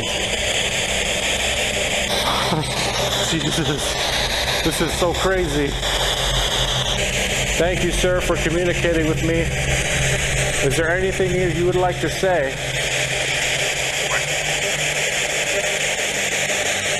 Sounded like it said work. Are you going back to work? Well, I'm going to go ahead and let you get back to work then, if that's the case. The voice was faint but clear, saying, "Lost my balance." Ian asked why it haunted the place, and the reply came simply, "Railing." Piecing it together, he assumed the spirit had fallen from the railing in life, and the ghost confirmed that's what happened. Feeling a mix of relief and awe, Ian thanked the spirit for sharing its story, then gave it one last chance to speak. The final words whispered back, "It's working," leaving Ian with the eerie sense that the factory still held secrets, and that even in death, some connections lingered longer than expected. A woman had been exploring an ancient chateau for a research project, and one night she decided to leave a camera running in the boot room to see if the strange things she'd been sensing were real. The next day, she brought the footage to her friend and colleague, Ted, to show him what she'd captured, walking him through every moment as the clip played. She explains on camera what she's doing, steps out of the room, and closes the heavy wooden door with the latch set firmly in place before the automatic sensor light clicks off behind her. What happens next is truly mental. All of the footage that I have, that I left the camera overnight in the boot room to try and catch the mouse. We didn't catch the mouse. There was no mouse last night. I'm going to leave the camera out there over the next week and see if I can catch this blooming mouse.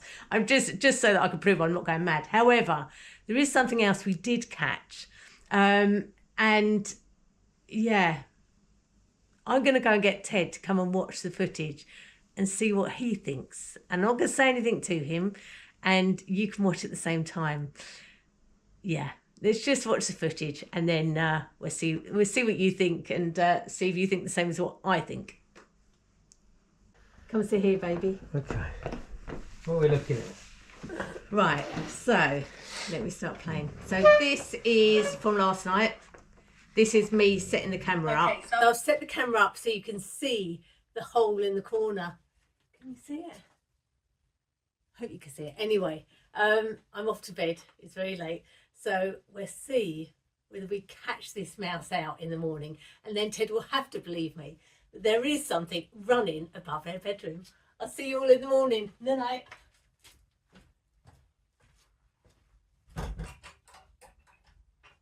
Now you heard me put the latch on the door there. Yeah, it sounded like it,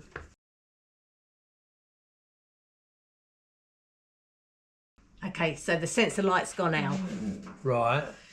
So I'm going to forward this bit because it's about 2 hours, well, it is 2 hours, 27 minutes into filming last night. Now, we went to bed about midnight. Yeah. So this would be about 2:30. This happens.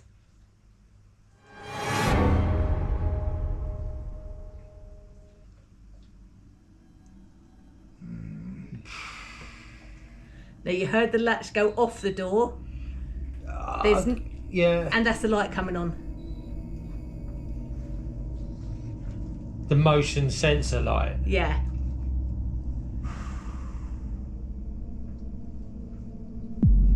Bloody hell, what? There's shadow there? Yeah. Yes, I can see a shadow moving across it. Yeah. Keep watching. Oh my God. What?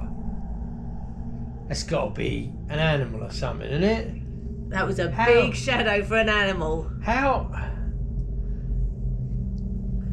You can't. How can an animal get up You so... You can't have put the latch on properly.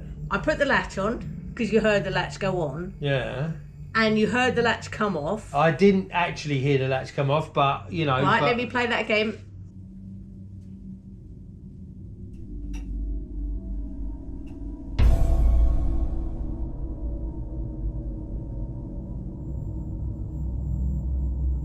You hear the latch? Right, yeah. The door open. Now, to push that door open, that's the heavy door, you've got to push it inward. So somebody's got to be standing there to be able to open that door. Yeah. And there's nobody standing there. And I've never known that door swing open on its own. No. And the other thing is, the camera is up on a tripod. So to move it in a tilt, like it's tilted moved, up, something has moved. It hasn't moved the tripod because the tripod would fall over. It's had to move the camera. Oh, that's...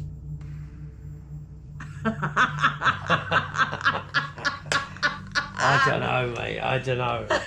It's the shadow that got me than anything. The shadow walk... I don't get it. That's weird, isn't it? I don't That get is it. just I don't bonkers. get it. Now, we get asked all the time, over the years we've been here, every single person I think that has come in here has always asked, do you have ghosts in the chateau?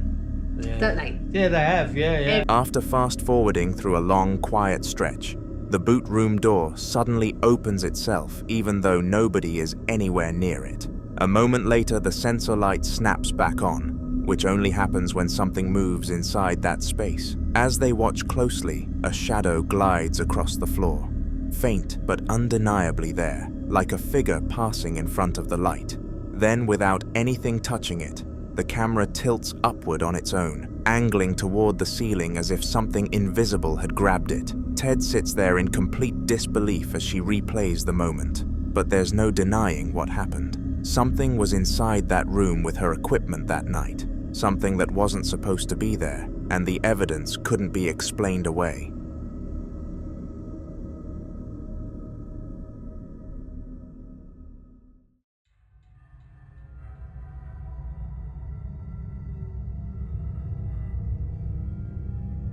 In the following video, a CCTV camera overlooking a quiet backyard captures something incredibly strange late at night, right around 9:45. The footage begins with the family dog standing near the edge of the lawn, barking non-stop at what seems to be absolutely nothing. There's no movement, no animals, nothing in the yard that should be getting its attention, yet the dog won't stop growling in one direction like it's seeing something no one else can.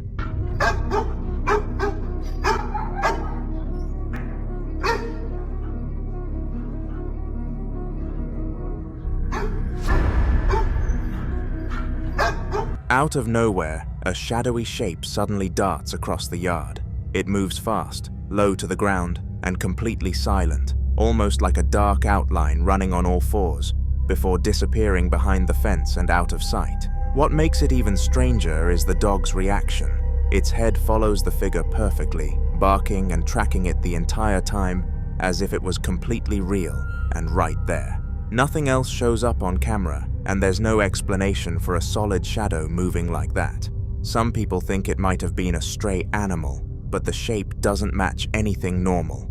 Others believe it was a ghost dog or some kind of spirit animal crossing the yard. Whatever it was, it clearly wasn't something the camera should have been able to pick up, yet it did.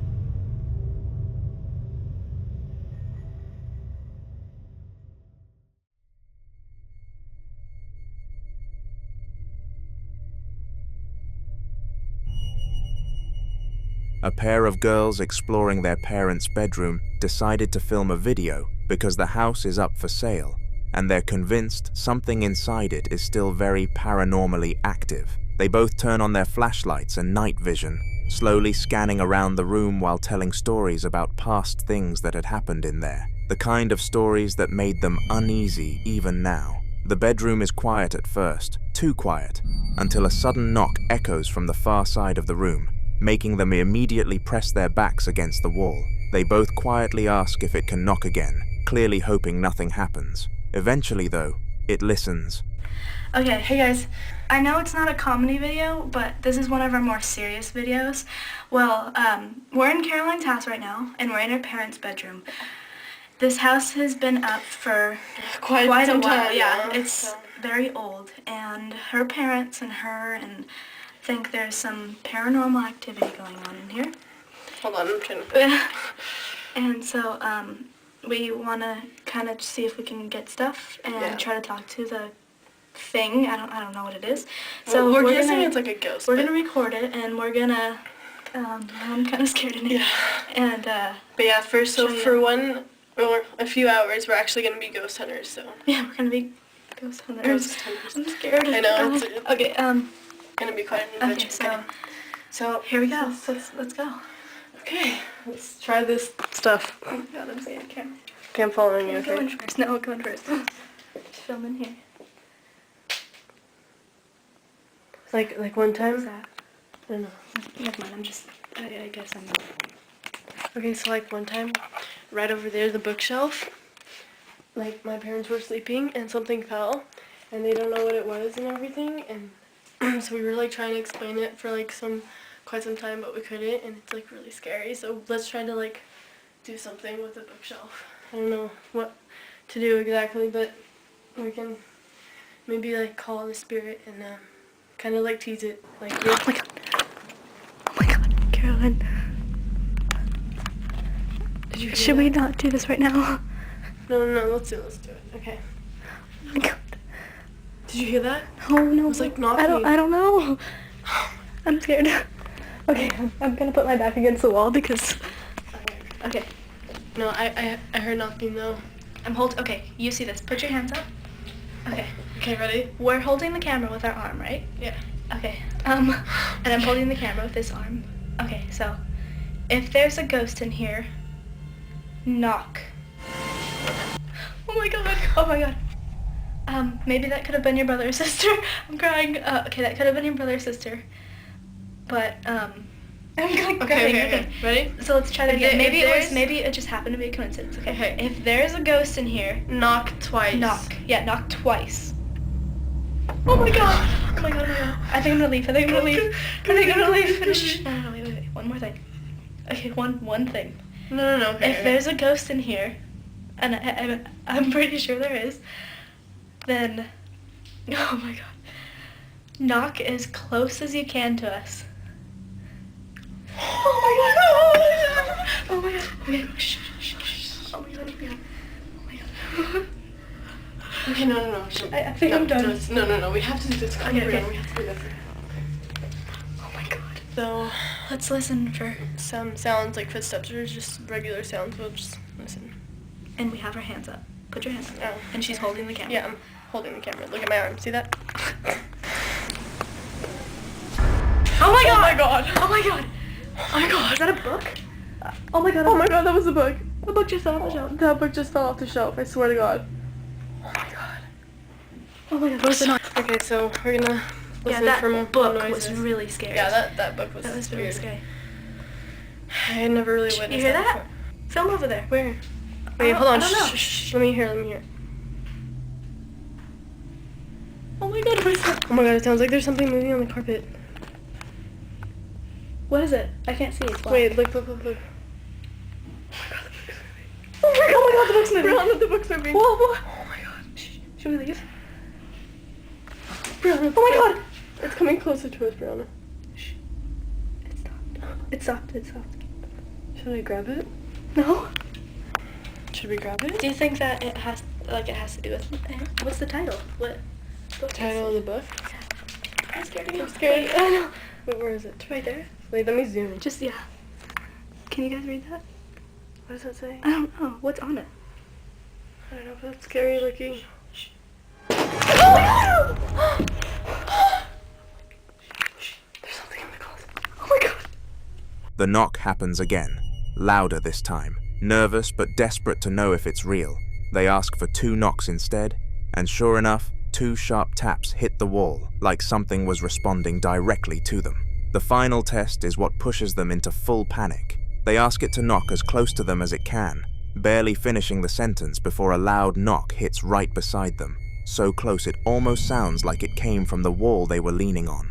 They get visibly frightened and start backing away, and as they do, a book suddenly falls from the bookshelf with no one near it.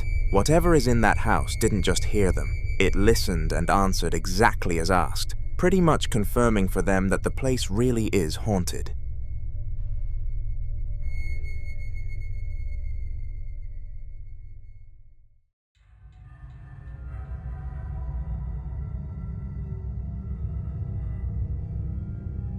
Two men were hanging out inside a house late at night when they both heard something moving in the hallway, so one of them pulled out his phone and started recording to prove they weren't imagining things. At first, the footage is quiet, just the two of them whispering and trying to figure out where the noise came from, until they spot a door at the end of the hall, slowly shutting on its own, like someone was gently pushing it closed from the other side. Hola. No mames, güey, hasta huele raro, güey. ¡Ay! ¡La puerta!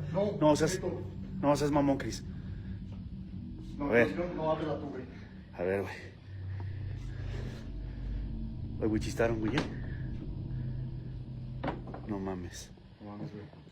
A ver, explícame esto. They both inch toward it, the guy with the camera staying behind his friend as the door creeps almost fully shut before they finally reach it. The first man hesitates, waiting to see if it'll stop or open again, but nothing happens, so he places his hand on it and pushes it open in one slow motion. The room behind it is empty. There's no one inside, no draft, no windows open, nothing that could have caused it to move at all.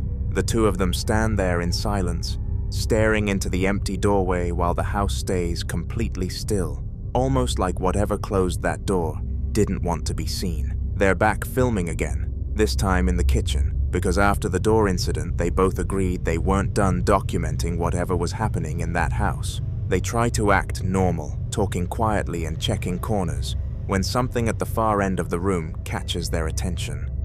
Mucha atención a lo que está a punto de suceder con el adorno en esta casa del poltergeist. De las niñas, vengas por acá, güey. Pues así sí está perro, güey. La neta aquí estar en este rollo, güey.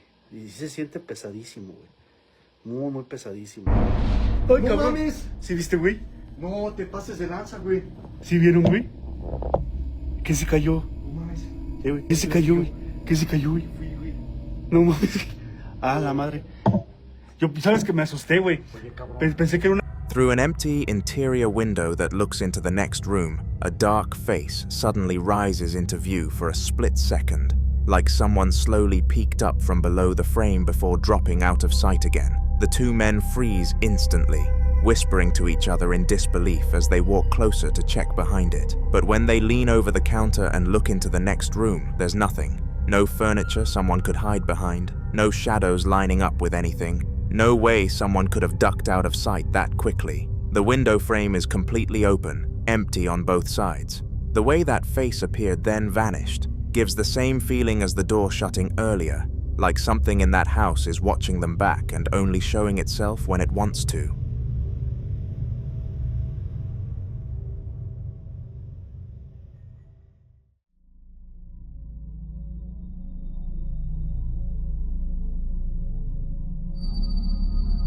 Eugene was home alone at around 2 in the morning, his girlfriend staying over at her parents' place, leaving him as the only person in the apartment. He walks into the corridor with his camera, already anxious because he swears he's been hearing someone calling him by his nickname from somewhere in the dark. Take a look. Eu achei que tinha parado, mas eu acabei de voltar de viagem. O negócio ainda tá acontecendo, mano.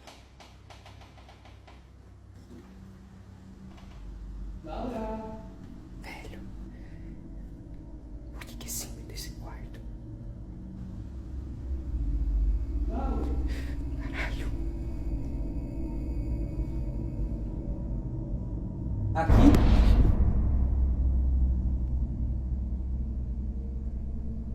Ah, mano, na moral.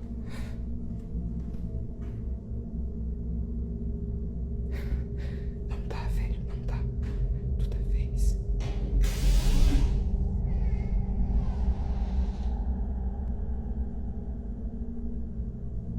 Cara.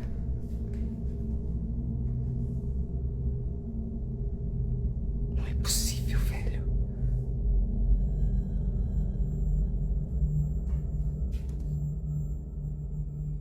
Velho, na moral, mano.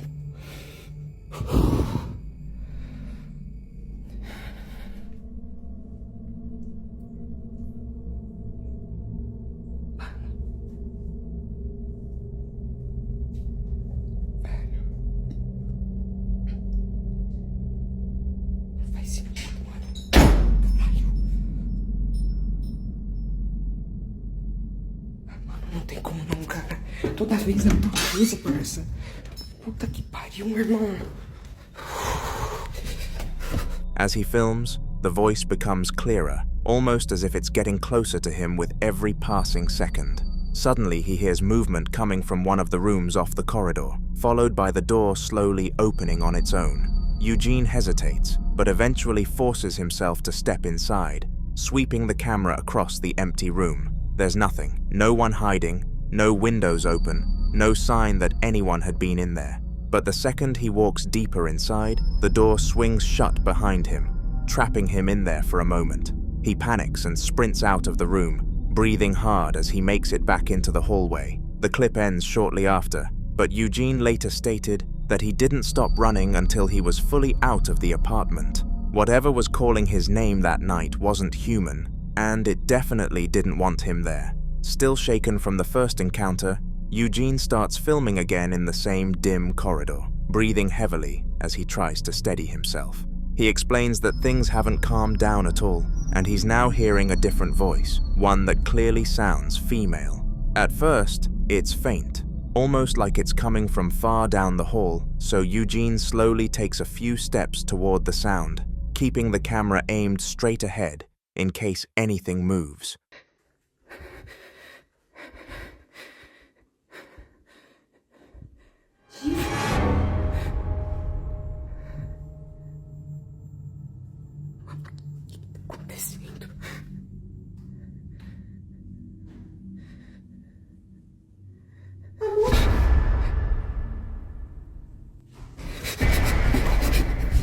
As he gets closer, the voice suddenly echoes again, this time much louder and unmistakably right behind him, almost as if someone whispered directly into his ear. Eugene spins around instantly, shaking, but the corridor is completely empty.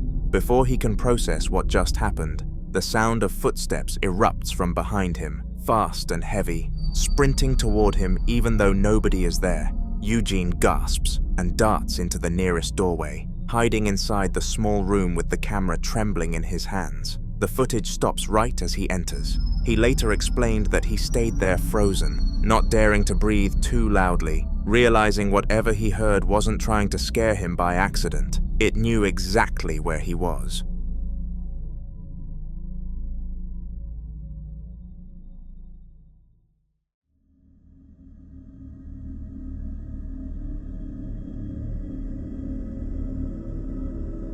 Ian the ghost hunter is back again, and if you remember his previous encounter inside that old factory, this new footage is a direct continuation of that same investigation. Earlier that night, he claimed the activity deeper in the building felt heavier than usual, so he decided to explore one of the rooms he hadn't checked before.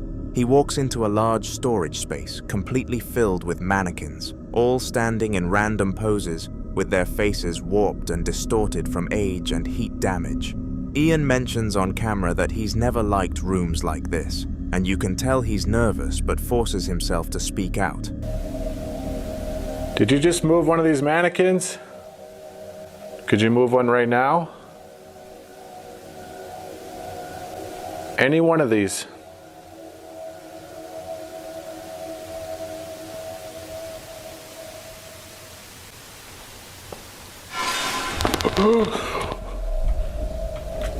No. Oh. Dude. That thing just freaking started rocking. Oh, no. Are you freaking serious? It had to be like one of the freakiest looking ones too. It looks freaking demented. Oh God. One of the ones back there moved.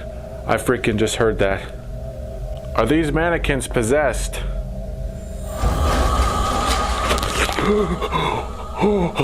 She just moved. She more than moved. She slid forward. Suddenly, one of the mannequins begins rocking back and forth on its own. This is easily one of the freakiest things I've ever witnessed.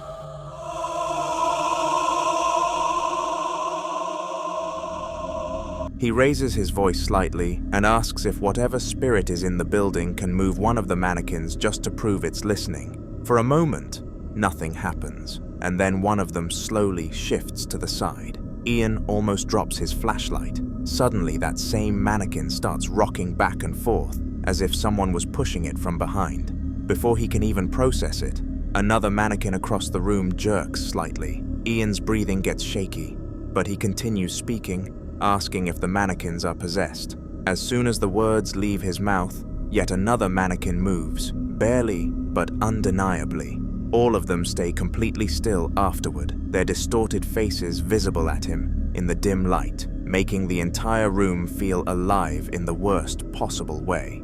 Ian eventually steps back into the hallway, saying this might be the most unsettling room he has ever investigated. David, an Italian ghost hunter fluent in English, had been exploring what his client claimed could possibly be one of the most haunted houses in the area when something strange made him start recording. He explained that just moments before filming, a plant in the corner had shifted on its own and the chandelier above him had started to sway.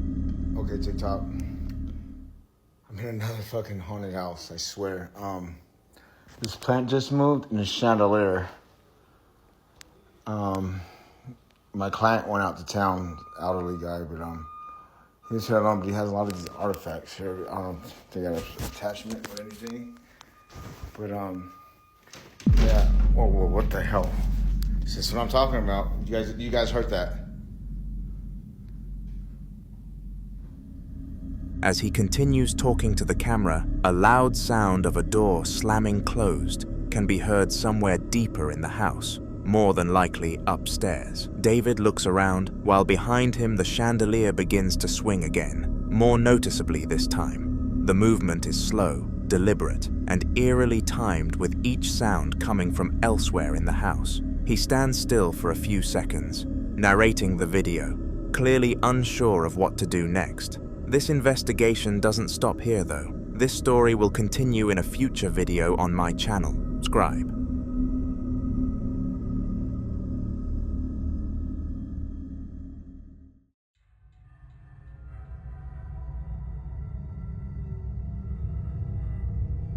The following video begins with the sound of deep, uneasy breathing. A man is filming from his bed, phone trembling slightly in his hand. From downstairs, a woman's voice can be heard calling out the words, "Babe, come downstairs," over and over, each time sounding a little more impatient.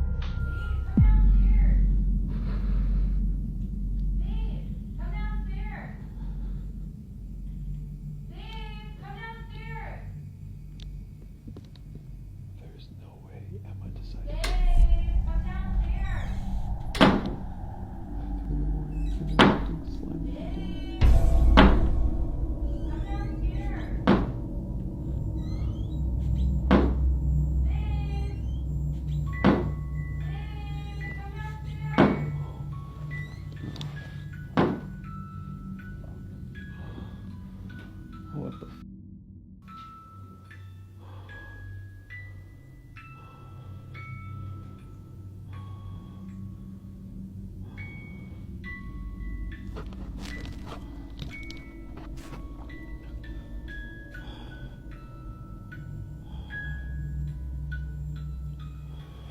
Alexa, turn on all lights. I couldn't find any enabled video skills Really? to do that. Go to the Alexa Thanks, app Alexa. to manage your video skills and devices. Then, the sound of a door opening and closing echoes through the house. The man knows that nobody else should be home, and the clip abruptly switches to CCTV, footage from downstairs, showing a door near the hallway swinging open on its own before slowly shutting again. The woman's voice stops entirely after that, replaced by something much more chilling. A faint, mechanical tune that sounds like it's coming from a toy somewhere in the man's room. The camera shakes as he pans around trying to find the source, and the eerie, dollhouse-like melody keeps looping, echoing through the silence. The man doesn't speak again after that, just films in disbelief as the sound continues until the video cuts, leaving viewers wondering if the voice that called him down was ever really human. The next clip from this story shows Ali's prayer mat, and he starts his explanation saying the story took place whilst he was praying. He explains in a low voice the eerie music from the night before. The same dollhouse-like tune has started again, coming from a small music box he keeps on his shelf. Guys, I was just praying and the music box just started playing by itself. Can you do that again? Nope. Nope. Nope, nope, nope. The camera focuses on it as the melody begins to play on its own, no one touching it. The soft, mechanical tune echoes through the room, sending chills through the silence. Ali's breathing grows heavier, and he mutters a prayer under his breath before kneeling forward again. He films the music box continuing to play despite not being wounded. Once it finally stops, he prays 3 more times in succession, visibly shaken, but trying to stay composed. He later explains that whatever is in his home doesn't seem to want to leave, and that he's now considering bringing in someone spiritual to cleanse the place.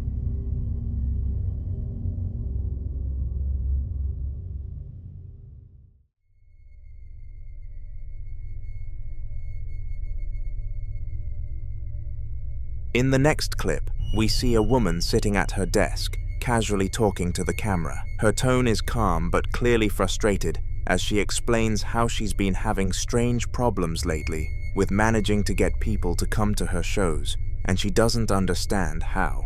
She is evidently confused with the situation, but little did she know that she was about to become far more confused from something else. I just want to know how I can get people to come to our shows.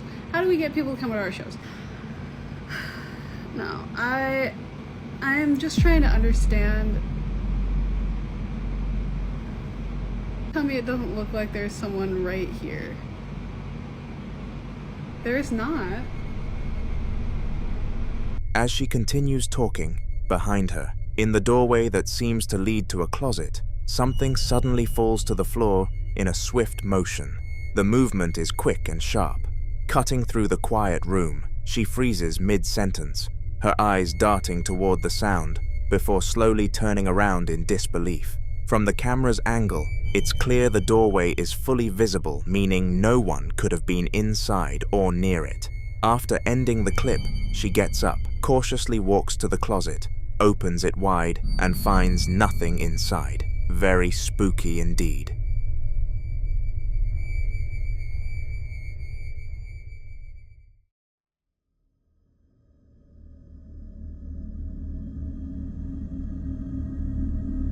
It begins with the sound of frantic barking echoing through a quiet house.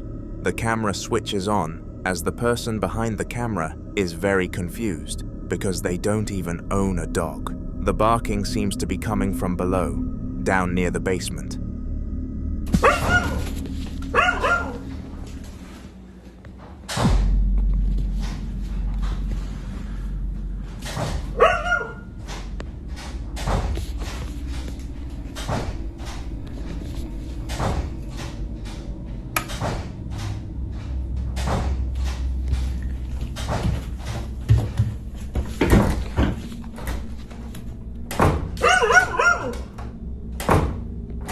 Hello?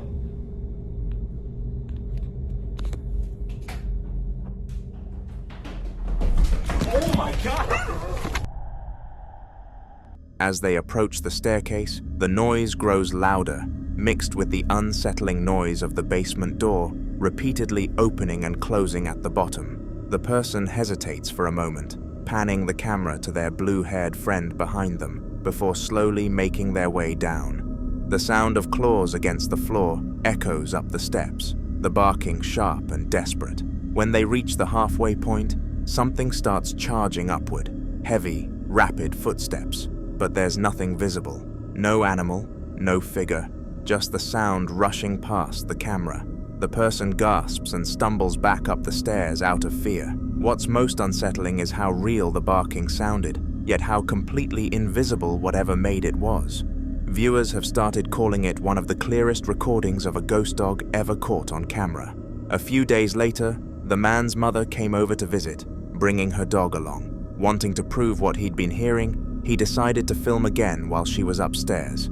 The clip begins with him standing halfway down the basement stairs, camera in hand, while the same unsettling noises echo from below.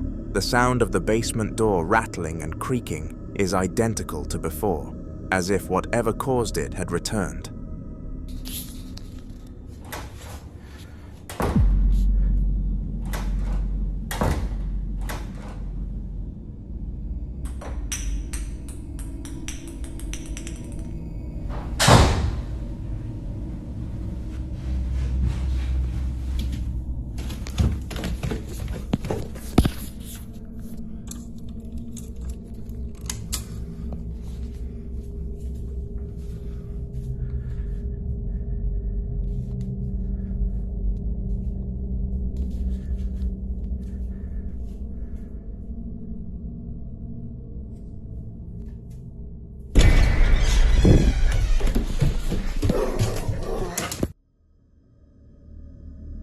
At the top of the stairs, his mother's dog stands frozen, staring down into the darkness, its ears pinned back and body tense. The man takes a breath and walks down the remaining steps. He flips on the basement light, revealing the quiet, still space below, except for one single door at the far end, the one that always seems to make the noise.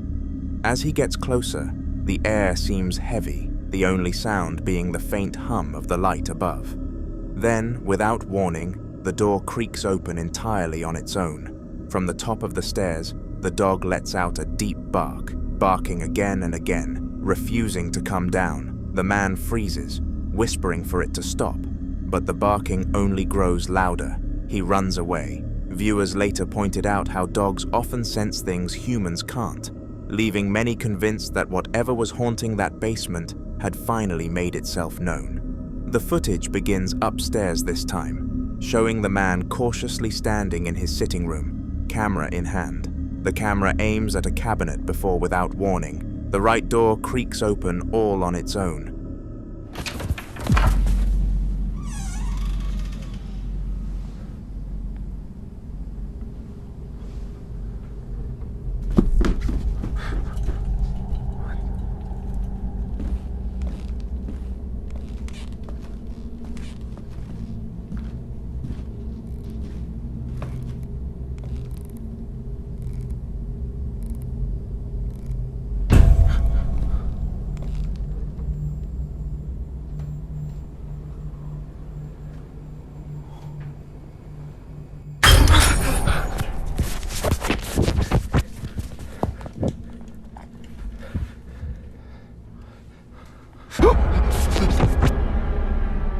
He stops dead in his tracks, filming it slowly swinging wider, and it's important to remember nobody else was home. Then, from across the hallway, the light above another room begins to sway back and forth, casting long, distorted shadows on the walls. He steps closer, his breathing quick and uneven, each creak of the floorboards echoing through the house. Just as he reaches out toward the swinging light, a sudden thunderous smash explodes somewhere nearby, cutting the electricity completely. Every light in the house goes out in an instant. The camera captures his panicked breathing in the darkness as he scans around, trying to see what broke. Then, for just a second, he freezes and stumbles back. The lens catches him staring into a nearby room, and then he sounds audibly shocked at what he saw in there. The clip ends there as he turns and runs, leaving viewers certain that whatever haunted his basement had now made its way up gears. The following video begins with the camera shaking slightly, the person behind it clearly nervous. A young woman is filming inside her bathroom after noticing something strange. The toilet paper roll swaying on its own, and the blinds shifting as if a breeze was pushing through, even though the window is closed.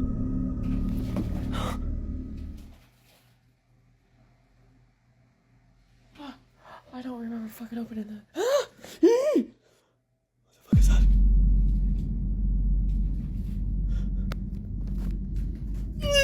Yeah. Okay. Oh shit. What the fuck is that? What is that?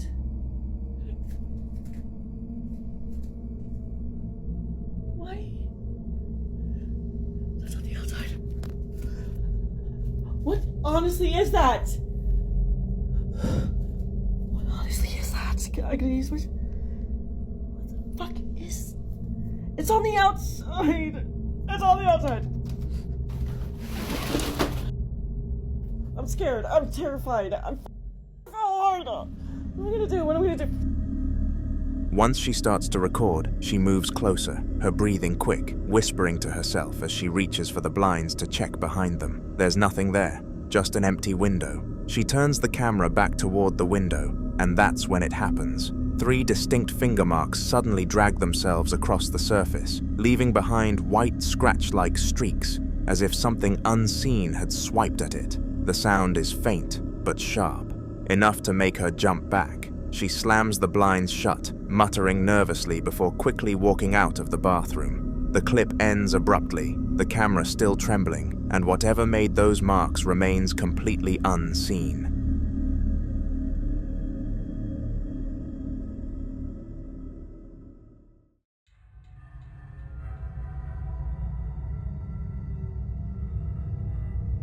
Ellen had been home alone that night when the knocking started. At first, it was faint, but then it grew louder, more desperate, like someone begging to be let inside. The camera shakes slightly in his hands as he walks through the dimly lit hallway toward the front door, his voice trembling as he whispers that he's scared. Pensé que ya lo había visto todo, pero... Oh my God. Pero... esto es lo que está sucediendo en estos momentos. Sonidos y gritos extraños. Y ahora la puerta. Como pueden ver, estoy completamente solo. No sé a qué me estoy enfrentando, pero tengo mucho miedo, mucho miedo. Vamos a ver qué es lo que podemos captar.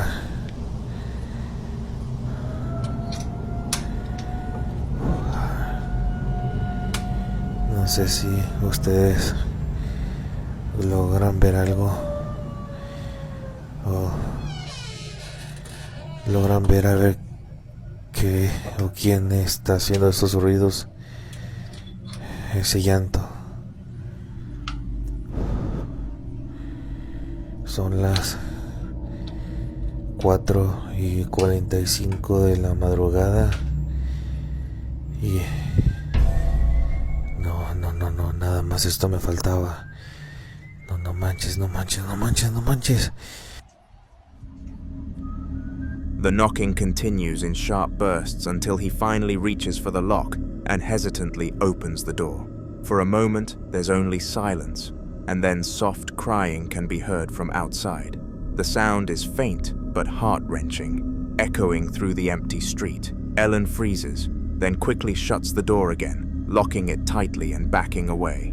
He tries to calm his breathing as he walks off, clearly in a state of distress and nerves. But before he can reach his room, a low, eerie whistling begins from behind the door, slow and deliberate, as if whoever or whatever was out there knew he was listening. The clip cuts there, ending with Ellen running toward his room in pure panic.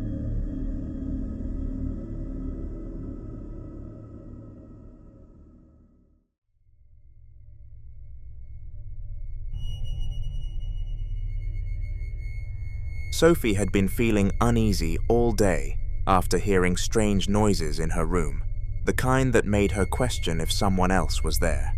To calm down, she stepped outside with a ball, kicking it gently across the yard while trying not to look back at the house. The camera follows her as she walks further away, her tone light but nervous. She must have been starting to feel better at least. I'm like really paranoid right now. Ew, it smells weird in my mouth.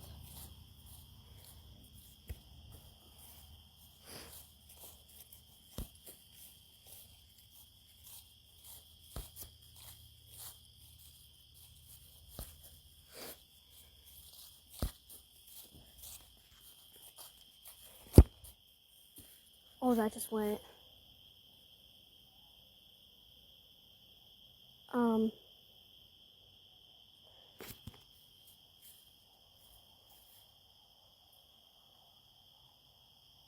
Hello?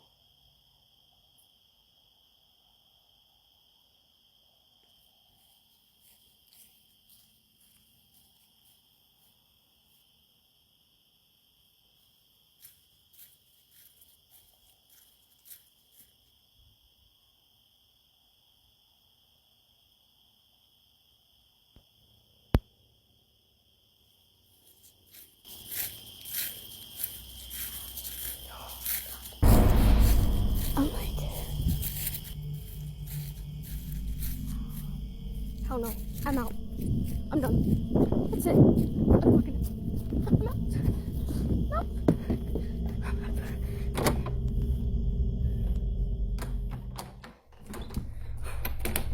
About a minute and 16 seconds into the recording, a faint whisper can be heard calling her name. The most frightening part is that it isn't just any voice, it's her own, perfectly matching her tone and pitch, but coming from behind her near the house. She freezes instantly, the ball rolling to a stop beside her foot. The whisper repeats, softer this time, almost teasing. Without hesitating, Sophie sprints back toward the house, the camera shaking wildly as she fumbles for the door. She rushes inside, slams it shut, and locks it, her breathing heavy. Who knows if she truly escaped whatever this was that night, but what we do know is she is too frightened to inform her parents.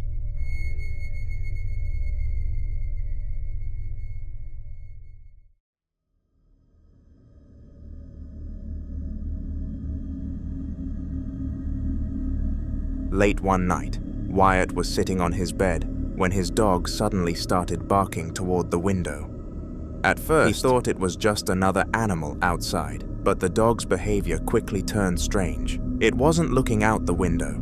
It was staring just beside it, inside the room. It has been freaking me out for about 15 minutes. I know, dude. What's going on? What are you seeing? Something's been spooking him. He's jumping around. This dude. What are you seeing?